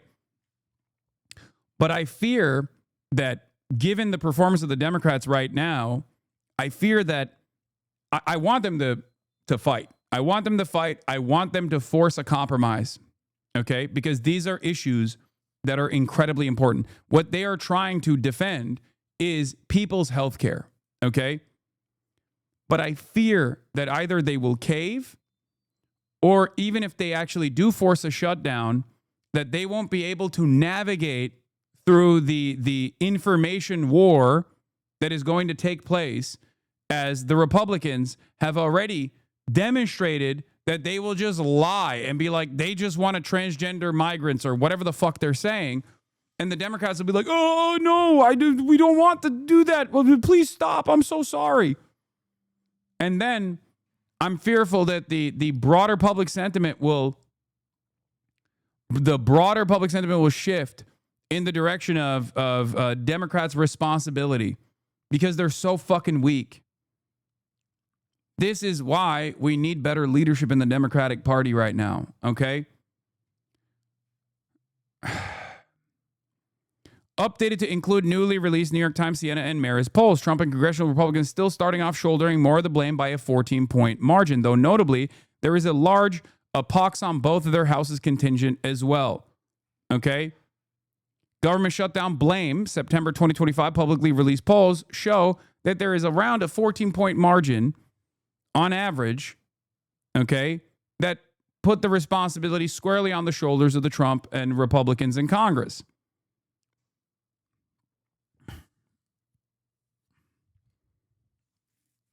So this spells that people will correctly blame the party in charge for a government shutdown.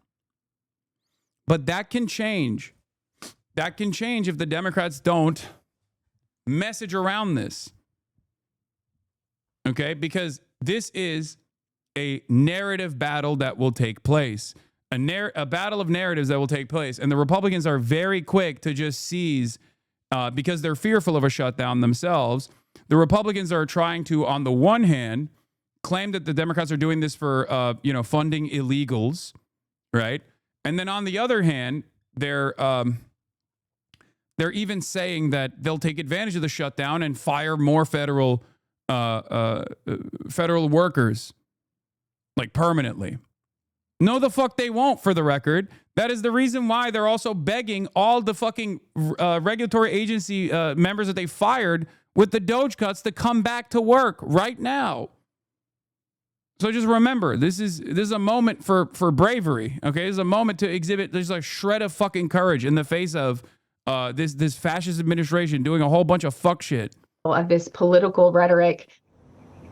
Republicans say that Democrats should support funding the government without any strings attached. So today in the Senate, they are going to force a vote on a bill that does not include any of the Democratic demands, but they still need the support of at least 7 Senate Democrats in order to get that bill passed.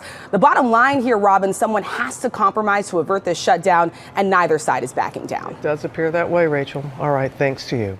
If the government shuts down, talk about being injured. At midnight, the impact may be felt at airports all around the country. More than 58,000 TSA employees and 13,000 air traffic controllers would be working without pay. Nobody likes that. Hopefully I'm going to get the fuck out of here before this happens.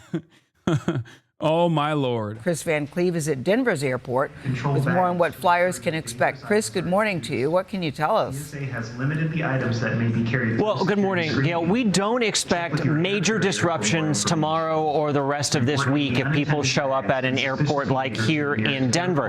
But if this shutdown is measured in weeks, not days, or stretches even longer than that, that's when we need to prepare for the potential of disruptions and delays. And I'm basing that off what we saw play out back in 2018 when we had a 35-day shutdown starting in December. As soon as that first missed paycheck, so think about 2 weeks in, we started to see sick calls from TSA officers really increase at airports across the country. That led to longer lines at checkpoints, so it took people longer to get through security. Some checkpoints had to be closed, and in one case in Miami, they even had to close an entire terminal because there weren't enough TSA officers to staff it. Now, TSA officers are not high-paid government workers, so missing a paycheck can have a profound impact. Air traffic controllers would also work without pay, and in January of 2019, air traffic control sick calls resulted in significant flight disruptions in the New York City area shortly before the shutdown ended. There is a shortage of air traffic controllers. During a shutdown, hiring and training of new hires generally stops. That would slow efforts to get more controllers on the job quickly.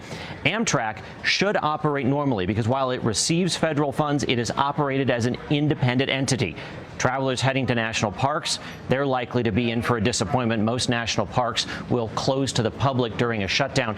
The U.S. Travel Association estimates the cost of a shutdown to the U.S. travel economy to be about $1 billion a week, Nate. All right, Chris, we'll stay tuned. We can do things during the shutdown that are irreversible, that are bad for them and irreversible by them, like cutting vast numbers of people out, cutting things that they like, cutting programs that they like. And you all know Russell Vought. He's become very popular recently because he can trim the budget to a level that you couldn't do any other way. So they're taking a risk by having a shutdown because of the shutdown, we can do things medically and other ways, including benefits. We can cut large numbers of people out. We don't want to do that, but we don't want fraud, waste, and abuse. And, we're cutting that. What this government I need people to understand that all this is false framing, okay? Whenever you hear a Republican or even Democrats do this too, obviously, when they have an initiative, when they want to do something, they present it with false framing. They can't just be like, we want to cut Medicaid so that we give massive tax cuts to the super wealthy, even though that is obviously the point, right? That's the point. That's what they're doing. That's the reason why they're doing this. But obviously, they're not going to present it as that. So just remember when like Donald Trump or the Republicans in general present why they are so forceful on this Medicaid cut, they have to present it as like tackling waste, fraud, and abuse. I famously said something about tackling waste, fraud, and abuse. And the Republican Party's general lack of interest in tackling waste, fraud, and abuse when I talked about the famous Florida Republican. I'm not going to say it again, but Rick Scott would be criminally prosecuted if these guys actually cared about waste, fraud, and abuse. If the Republicans truly cared about it, the Republican politicians would actually look to their own ranks on people that have participated in record-breaking waste, fraud, and abuse on the side of Medicare and Medicaid. So, obviously, it's bullshit. It's bullshit. That is clear. And here is perhaps one of the better communicators on the Democratic Party side explaining as to why they want to force a shutdown potentially if they don't get concessions from the Republican administration. about is whether Republicans are going to be able to get away with raising health insurance premiums by 75%. Why haven't you watched the content, Nuke?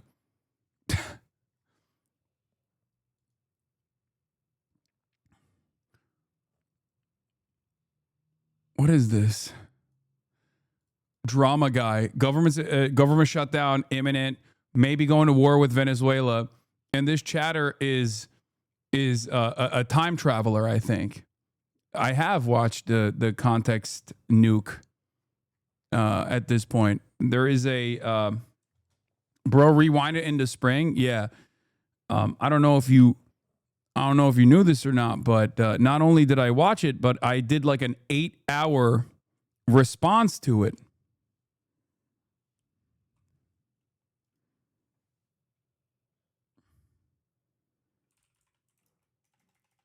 Here it is. There you go. Maybe you were in a coma and you didn't see it, but this was Disarming the Content Nuke Part 1. I went through it for 8 hours, as a matter of fact. Look. And you can go through the different parts of it. I mean, it has 1 million views.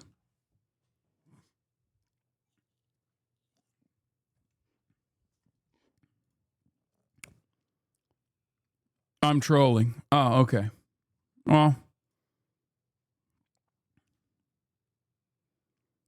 let's continue. Yes, 75% on average for 20 million Americans. And in addition to that, throwing 15 million people off the health care they have by making devastating cuts to Medicaid and the Affordable Care Act. And you know what that means? That means, not according to Bernie Sanders, but according to people who have studied the issue, academics, tens of thousands of Americans are going to die unnecessarily. Well, you know what? I am not going to support that. And that is why the Republicans have got to sit down, they have got to negotiate, and they've got to protect the health care needs of the American people. Mr. President, the next time you have something to say about me, don't cop out through a racist and fake AI video. When I'm back in the Oval Office, say it to my face. Say it to my face. Sexual panther. Right now, Nancy Pelosi slams Republicans over Trump's role in looming shutdown. I'm glad that we dusted off. We dusted off the Speaker Emerita. Okay. The Grand Wizard of the Democrat KKK rat party, Nancy motherfucking Pelosi. Okay. We dusted her off and we brought her back. Seemingly, since Hakeem Jeffries is not doing the job. She uses bad words here. Let's take a look. It's really important for the American people to recognize that every shutdown we have had has been a Republican shutdown, including this one. This one even more so because they have the White House, the Senate, and the House of Representatives. It's important to note that they do not believe in governance, so a shutdown of government is a... I'm not even kidding when I say this. She's literally better at 875 years old than Hakeem Jeffries is. Like, I can't believe I'm saying this, but she is a better communicator than Hakeem Jeffries is. And remember, Hakeem Jeffries was groomed for this position by Nancy fucking Pelosi. Okay? It is crazy. I know it's a pretty low bar, but that's how low the bar is. That's how low the standard is. I can't believe I'm saying it, but it's true. Victory for them. They love that. Government is shut down. And when they've shut it down in the past, and when we've come back in, many of their leaders have not voted to come back in. So here we are at a place where we should be quite happy about meeting the needs of the American people. Some of the pillars of economic and health security, Medicare, Medicaid, the Affordable Care Act. They don't care about that. They never voted for any of that. They never voted for any of that. Medicaid should wither on the vine, they said. Medicaid, put it in a box, tie it in a ribbon, throw it in the deep blue sea. Do you have confidence that this is actually a real negotiation that is going to happen at the White House later today? Oh, I have no idea. Well, going into it, let's review what the president has said. What we're talking about is meeting the health care needs of the American people, little babies, moms with breast cancer, dads with a stroke, and all of that. The president has said, I hear what they're saying. It's all unserious and ridiculous. In fact, I've listened to their shit, and I tell them to go themselves.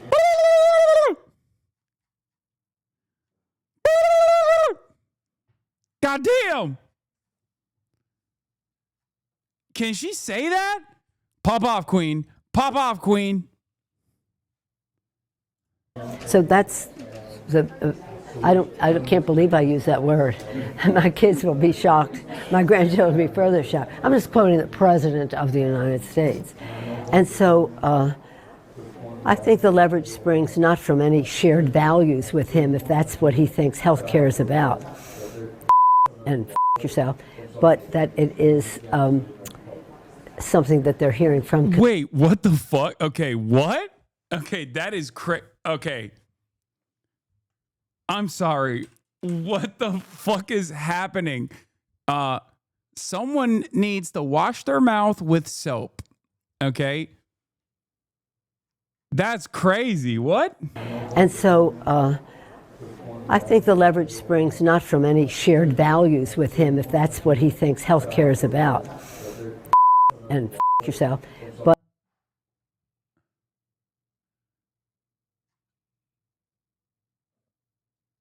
is this AI? What the hell? Dark Nancy. Dark Nancy is alive, dude.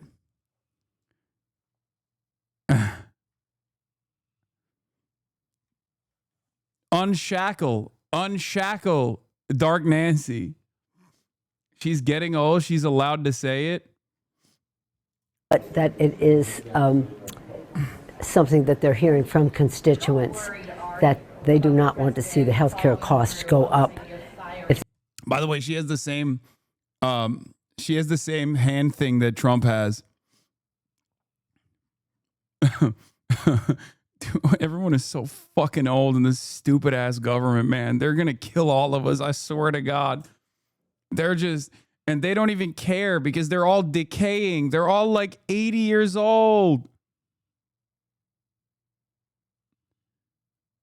Oh my Lord, man.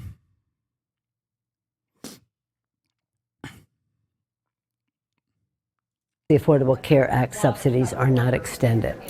You know, this is so funny because I'm an appropriator, and over the years I've always said, left to their own devices, appropriators can get this job done.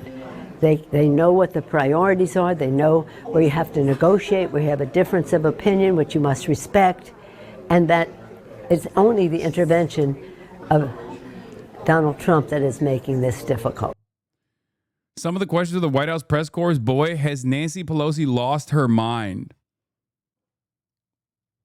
Here's Steny Hoyer. Hoyer's office is handing these cards out to the House Democrats as they leave their caucus meeting today. OMB Director Russell Vought in a private 2023 speech. We want the bureaucrats to be traumatically affected. When they wake up in the morning, we want them to not want to go to work because they're increasingly viewed as the villains. We want their funding to be shut down. We want to put them in trauma. By the way, the people that he's talking about are people that are in this community, you know, like people that work for the national parks, people that work for the FDA, people that work for the CDC, people that work for the SEC, all of these numerous different government regulatory agencies that work tirelessly to ensure that your meat that you purchase at the grocery store isn't poisoned, that you know when like awful weather incidents are taking place, natural disasters are imminent, for example. Those are the people that they're talking about as like villains, okay? Scientists, the woke nerds, if you will. Oh. It's incredible how much we are cooking ourselves, okay? It is incredible. Enton, Mr. Holy Toledo is back. He's going to be talking about this is a huge blistering opinion from a federal judge. I'm going to get to it in a second. That's a huge deal that just took place.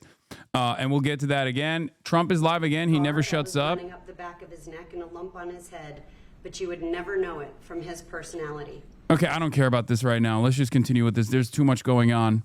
If there's anything interesting or unique that Donald Trump talks about coming up, we'll get to it. But did you ever talk about Eric Adams dropping out? No, because there's a million things happening right now that is like Eric Adams dropping out wasn't even that big of a deal. We watched this. Wait, We watched this is from 6 hours ago. All right, a live look at Capitol Hill, where a lot and not a lot is happening right now. Time is quickly running out for lawmakers to come to a compromise and do their jobs to avoid a government shutdown, keep the government funded. This morning, there is still no signs of a deal on the horizon. CNN's Harry Enton is running the numbers on this in a specific way, how one party you see in the numbers is facing more pressure than the others, and that's the Democrats. Why? Why is it that the Democrats, in my mind, are facing more pressure, those Democratic leaders? And that is because their base thinks that their party leaders are weak. Look at this. Well, their base knows that the party leaders are weak because the party leaders are weak. And this is a thing that I kept repeating over and over again.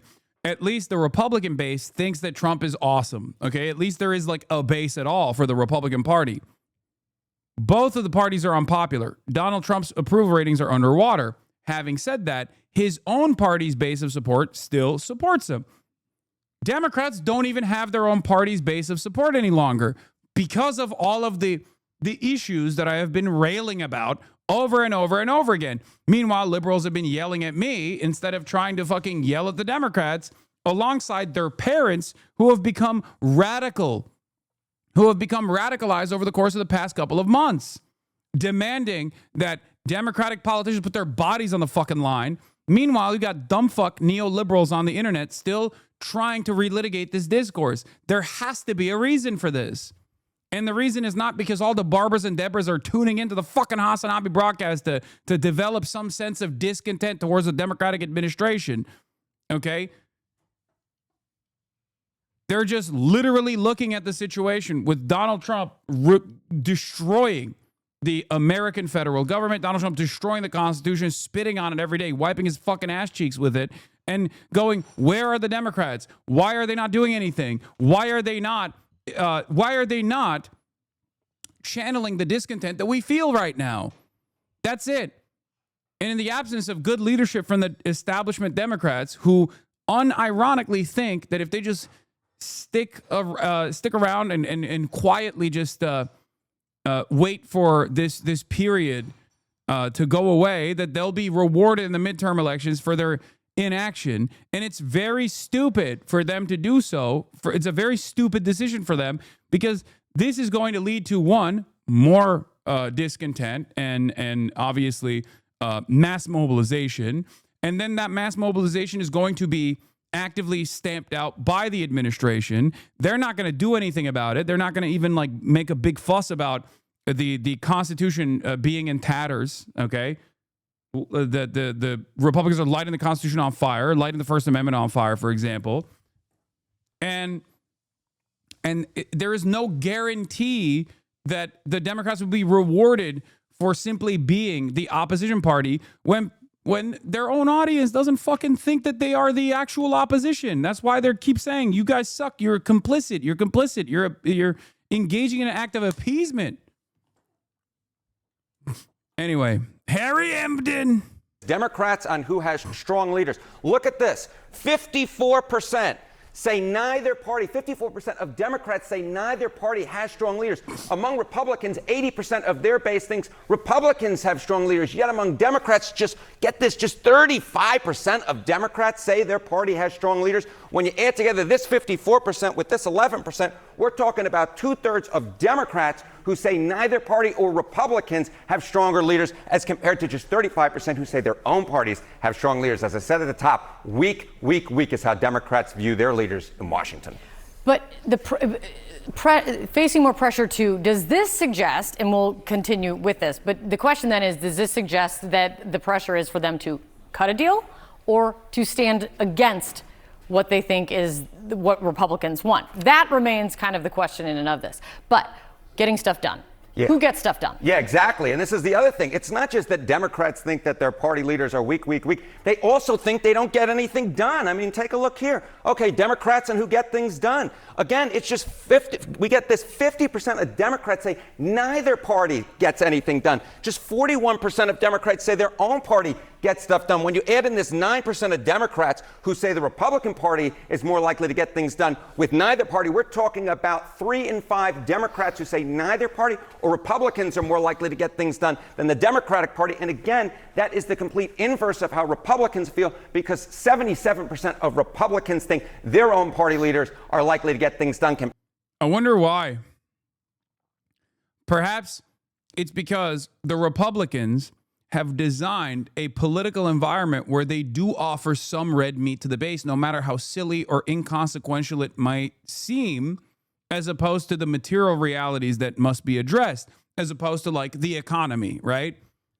They don't do the economy shit, but at least they go, oh, we're going to dominate transgenders. We're going to dominate the migrants. So at least for the base of support within the Republican Party, they go, well, it kind of feels like they're doing something. It feels like they're doing some of the things that they promised, and they're relatively happy. It takes a long time for those guys to recognize that their pockets are still hurting, despite in spite of the reality that the Republicans are in charge, right? But that is the reason why they hammer on the trans-Tifa narratives. They hammer on the transgender narratives. They hammer on the idea that like undocumented migrants are responsible for a lot of crime and all this shit. That's the reason. It's so that they just keep their base of support together. They recognize that there are radical elements within their base, and they offer them treats. They offer them treats that are, objectively violent for broad swaths of the public, and actually create an environment of tremendous discontent. But if you look at the way that the Republicans have been able to hold this coalition together, that's the reason, right? Objectively violent treats, yes. It comes across like it's a distraction away from their inability to address the cost of living crisis. But it's a distraction that is very violent if you're a trans person. If you're a trans person, you are fearful of your future in this country. If you're an undocumented migrant, you're fearful of sending your children to school because you're worried that like ICE is going to kidnap them. That's an objectively violent environment. It's an objectively unstable environment that this administration has created. But the purpose of why they do that is because they treat entire swaths of the population, marginalized communities, some of the most vulnerable people in this country, as discardable, disposable. They can get away with doing violence towards them. They can get away with doing violence towards them because they can get away with doing violence towards them simply as a message, simply to say like, oh, we are doing something. Compared to just 41% of Democrats, about half that level, who think their own leaders get things done. Again, Democrats just don't think very highly of their party at this point, and that is why there's so much pressure on those leaders, in my mind, in Washington to actually do something that satisfies their base. Add all of this up, what does it say about the view of the Democratic Party in general? Yeah, I mean, here is a line from Donald Trump himself, actually. Look at that. I thought would be met with fury on the left, but they're sort of giving up, I must be honest with you. They've had it. They've had it with Trump. They've been after me for so many years now. Here we are. Here we are. Come to the White House anytime you'd like. No, they've given up. We all need to not ignore the fact that Democrats also help ICE gain as much power as they have now, thanks to them refusing to address our needs like student loan forgiveness or debt relief. Now ICE is able to dangle it over everyone's heads like a shiny set of keys. Oh, for sure.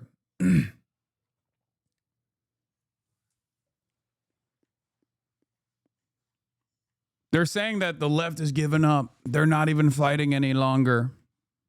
He's saying that to a room full of generals.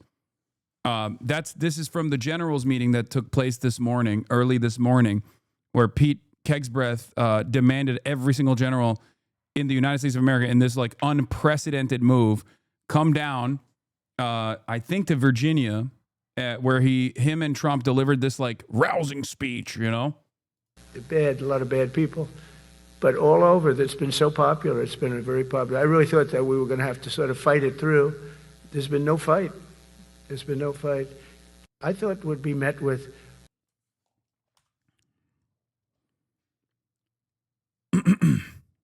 I really thought that we were going to have some sort of fight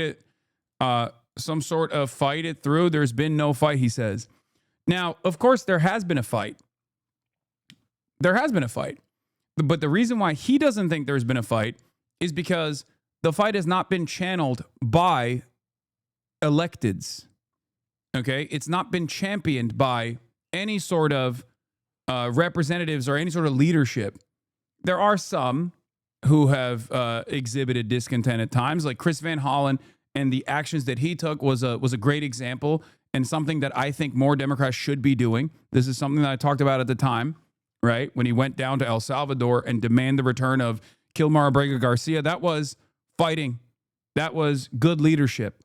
But when he says like the left is not fighting, from these guys' perspective, none of the major leaders of the Democratic Party are actually collectively making a big fuss about all of the awfulness that has been presented.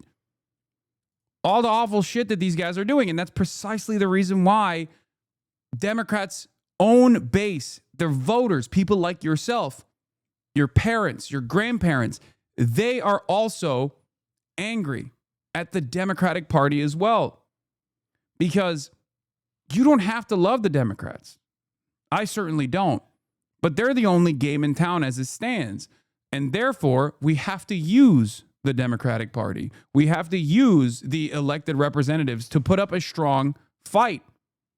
Because they still, as elected representatives, have a tremendous ability to galvanize the rest of the public. And if you don't see them out there protesting alongside yourselves, you're not going to get the confidence necessary to put up an even stronger fight against this administration. That's the reason why a lot of people are frustrated. We need to start seeing these electeds out in the fucking streets. Right now, it feels as though the electeds are disgusted with our demands. They think our demands are ridiculous. Oh, how dare they want us to do something? Republicans are in charge. What can we do? It's ridiculous. Be more like Brad Lander. Be more like Chris Van Hollen. Be more like Zoran Mamdani. Okay? Be less like Hakeem Jeffries or Cory Booker. We want more Cory Bush and less Cory Booker. If you think your party has weak leaders, if you think your party can't get anything done, well, this is, I think, the real pressure facing Democrats at this particular point. Democrats who think their parties need major changes or more, look at this. 57% of Democrats say their party needs major changes or more compared to just 43% who say minor or no changes. Again, very different than the Republican Party, where 21% of Republicans, only 21% say their party needs major changes or more. Again, Democrats look to those numbers and go, ooh, that means 21% of Republicans could be convinced to vote alongside the Democrat voting bloc. If only we just get more racist and more transphobic. Ooh, maybe we can get those guys on board. It's like, you're fucking stupid. You're dumb. You lost because of that stupid opinion that you have. You need to stop this. You need to stop this way of thinking right now.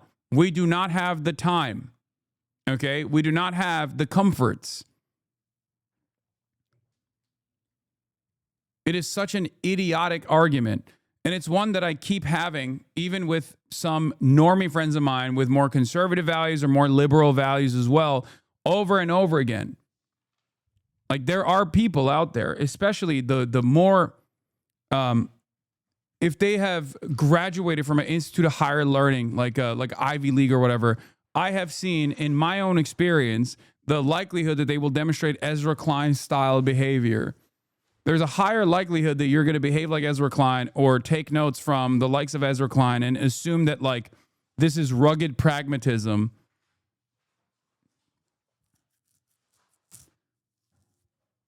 Which simply leads to the American government ratcheting further and further to the right. Hundreds of the U.S. military's top officers are in Virginia this morning to meet President Trump and Defense Secretary Pete Hegseth. It's a very unusual, maybe unprecedented, and possibly risky gathering. Nancy Cortez is at the White House to try to explain all of this. Nancy, good morning. So what do we know about this meeting? Well, we know very little, Nate. The people who have been invited know very little. We do know this meeting is the first of its kind in modern memory. You've got generals and admirals, basically the entire top echelon of the military flying in without a clear understanding of why exactly they have been summoned. They are meeting at Quantico Marine Corps Base, about 35 miles south of Washington this morning.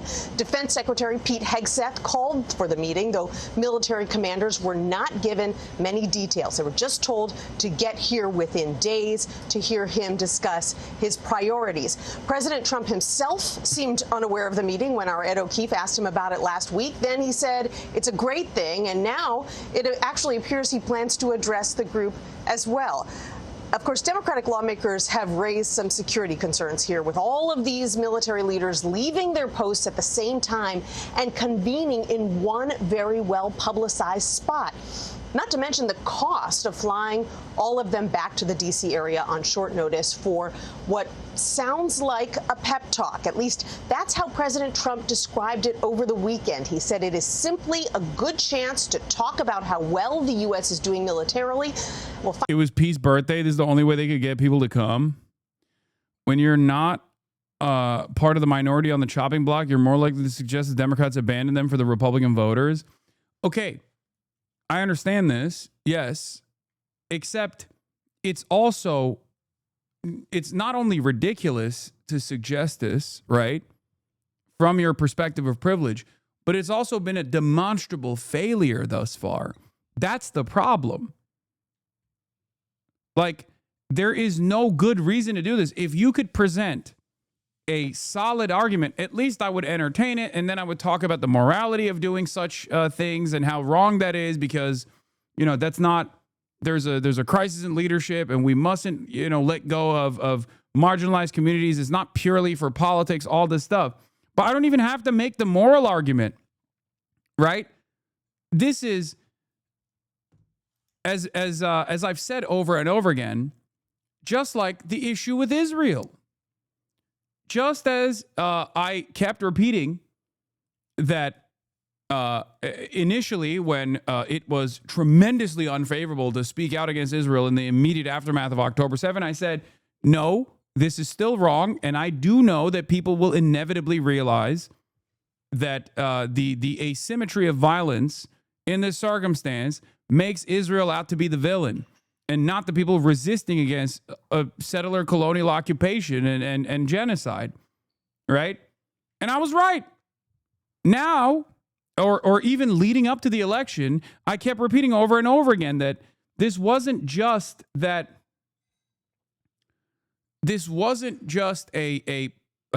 issue of morality. It was also the pragmatic approach that Democrats approaching the subject matter from a partisan perspective was a good thing for them, would have been a good thing for them. It would have yielded a lot of tremendous higher approval ratings if they were to turn around and actually speak out against Israel at the time.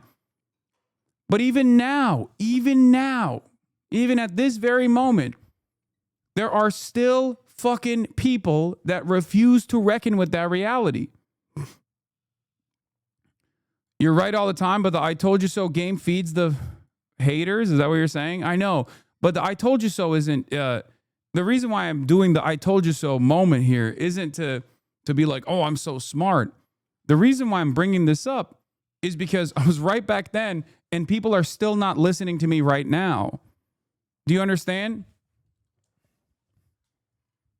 Well, I wouldn't even necessarily say the people aren't listening to me right now. The people are. The people who have no idea who the fuck I am also have arrived at the same conclusions, obviously, because they recognize right from wrong.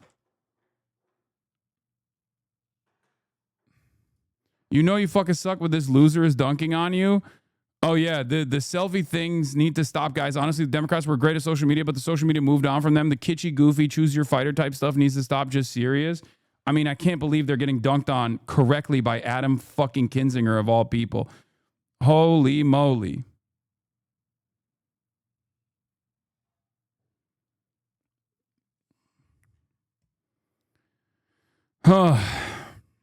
That's crazy. That's madness. Find out if there ends up being any more to it after the meeting happens this morning. Nate? Nancy, thank you. And that's why today, at my direction, the era of unprofessional appearance is over. By the way, the beardos thing is a direct shot against black people.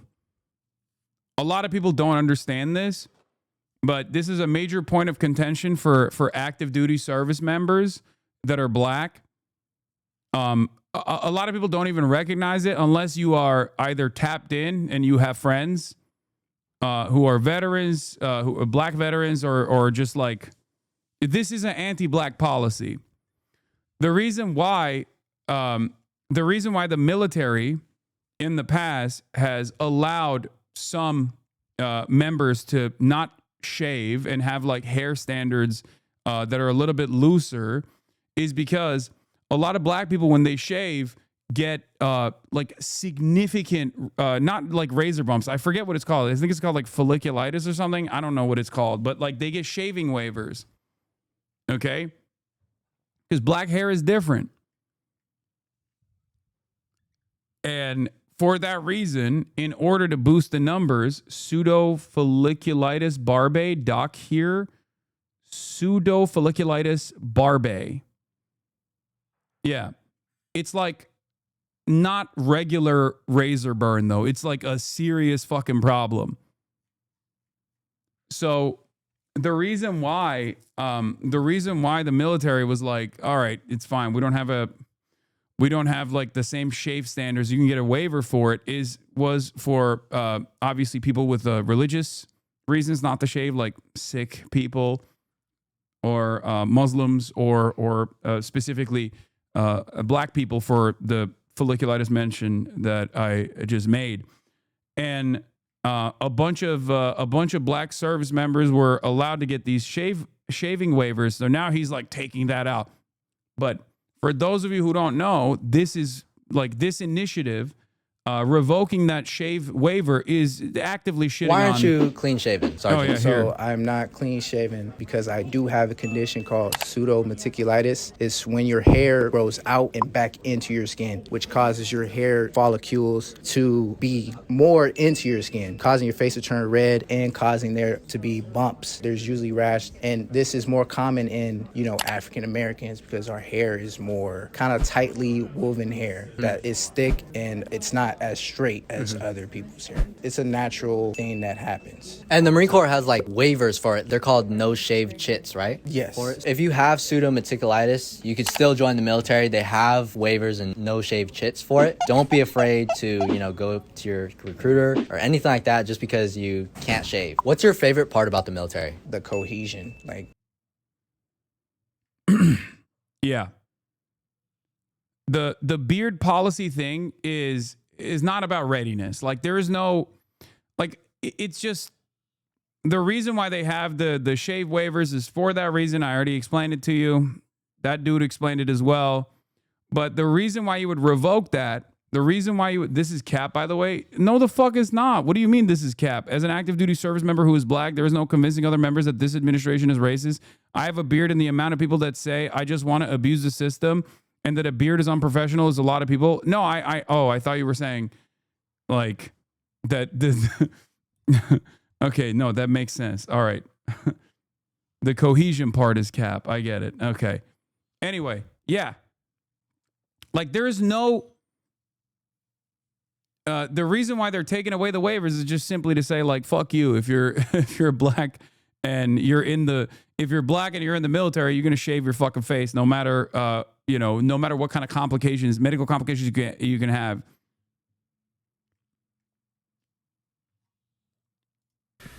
No more beardos. The era of rampant and ridiculous shaving profiles is done. Simply put, if you do not meet the male-level physical standards for combat positions, cannot pass a PT test, or don't want to shave and look professional, it's time for a new position or a new profession. I sincerely appreciate the proactive efforts the secretaries have already taken in some of those areas, service secretaries.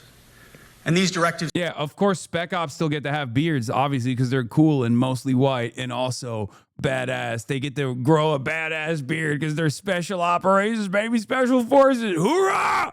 Woo!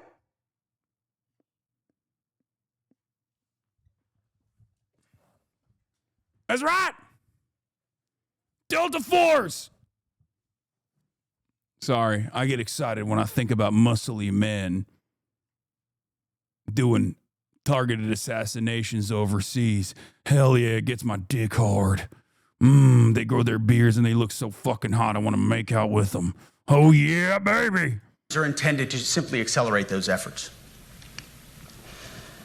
On the topic of standards, allow me a few words to talk about toxic leaders. Upholding and demanding high standards is not toxic. Can we acknowledge Pete never made it past platoon leader? In the fucking National Guard, brother. This motherfucker was in the National Guard, bro. And now he's the commander of the military. Bro, I swear to God, I think this is the most dangerous thing that this administration has done so far. Okay? Fomenting discontent within the highest ranks of the military. As a dude who was in the fucking National Guard yelling at a bunch of generals who spent their entire fucking lives in the military, who have so much respect for not only their own position, but so much reverence for the American military. Like, you know my take. I treat people as people. Some fucking vets are hogs. Some vets are great. Who cares, right? But like these guys, the dudes in that room, they spent their entire fucking lives and their livelihoods abiding by certain standards with a certain expectation of what the American military is supposed to represent. So when you get a fucking Fox News dipshit who was in the National Guard coming out demanding all the generals come back to Quantico and just talk about how no more beardos and all this other shit when they have no respect for you, I think it's probably one of the more dangerous things that this administration is doing.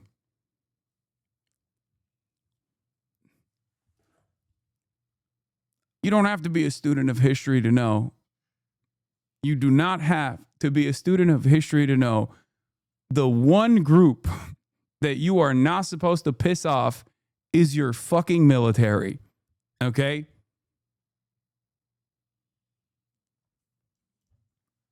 I'm just saying every day, we move closer and closer to Felix Biederman's idea of an officer's mutiny, a socialist junta.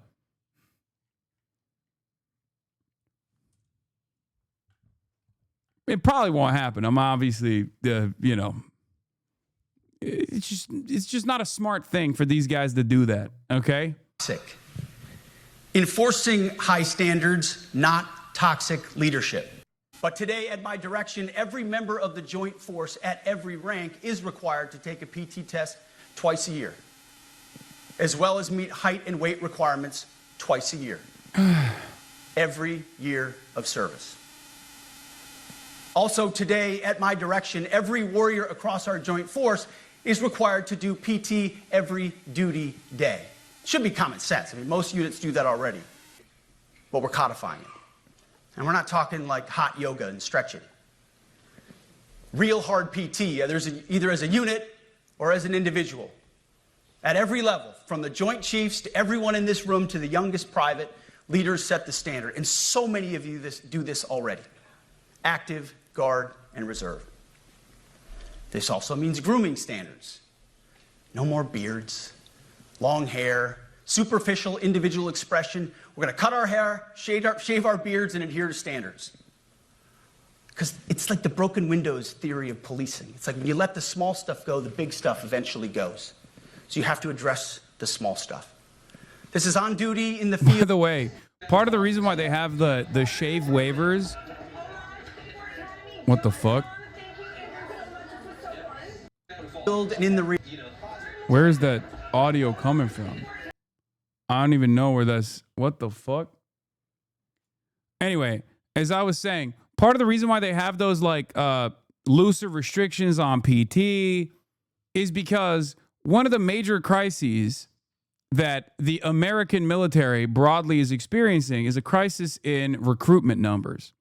In the absence of a 9/11 style incident, recruitment numbers have obviously fallen, regardless of the poverty draft that the American government has, right?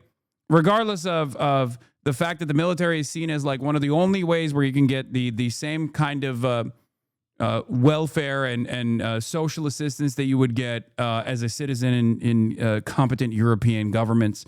The military has experienced a severe crisis in recruitment. Okay. Last time they saw big numbers, obviously, was 9/11 when people felt the call of duty. And I guess like with the imminent recession, recruitment numbers have ticked up. Not exactly great, but part of it's not exactly great for the future of America. I mean, but the reason why they had lowered standards, for example, and even offered like shave waivers and things like that, things that are irrelevant to standards and discipline, like letting black dudes in the military not shave because otherwise their fucking faces explode with blisters is perfectly normal, is perfectly valid. Okay.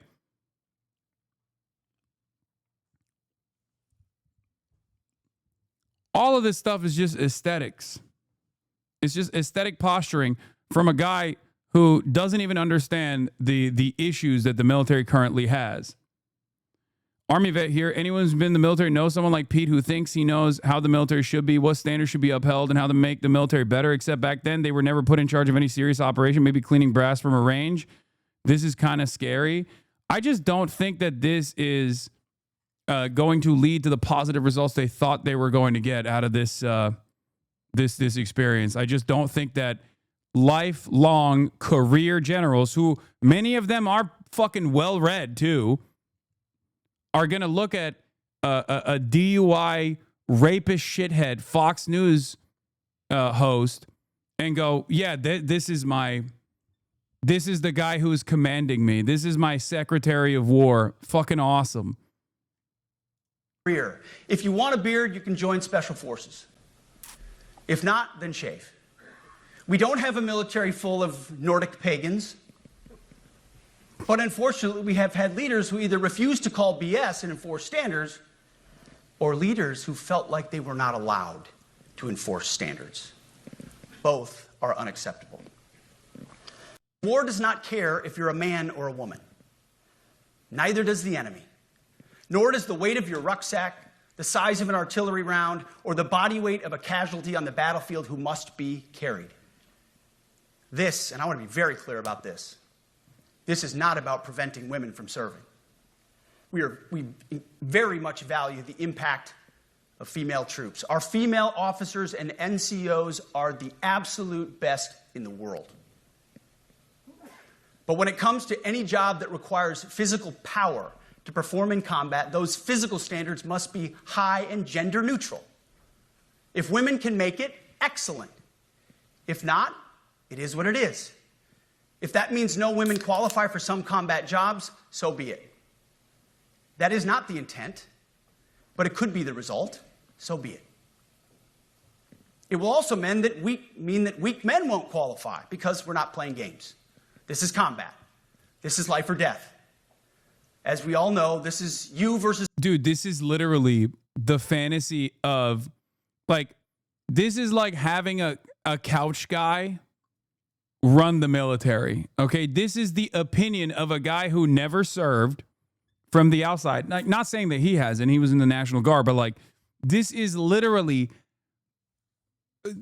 the areas where you see this kind of attitude most commonly represented are the fucking dudes who wear like the grunt force outfits who are themselves fat as shit and never actually served or failed out of basic, right?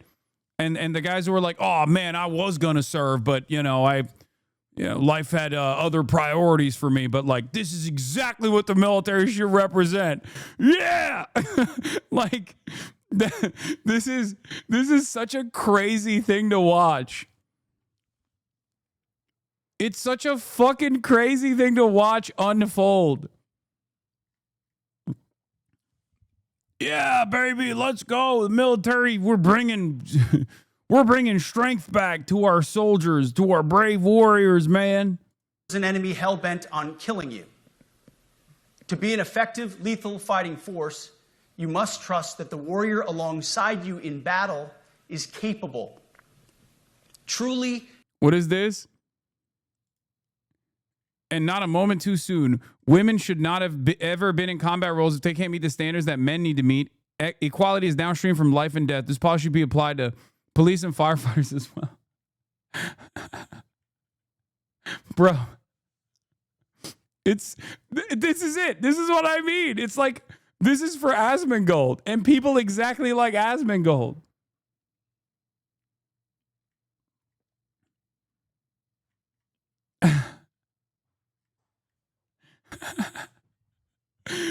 That's who he's doing this for. This shit's gonna piss off. I think this is gonna piss off a lot of top brass. Okay. Women should not be in the military police force. I will die on this hill. My grandmother was a nurse in World War II. It's where she met my grandfather, who was a pilot. Women can provide value and service to the military, but that doesn't mean we should endanger lives pursuing the false god of equality by giving them lower standards for combat roles. Oh my God. Oh God. And Clean says thank you. Ugh.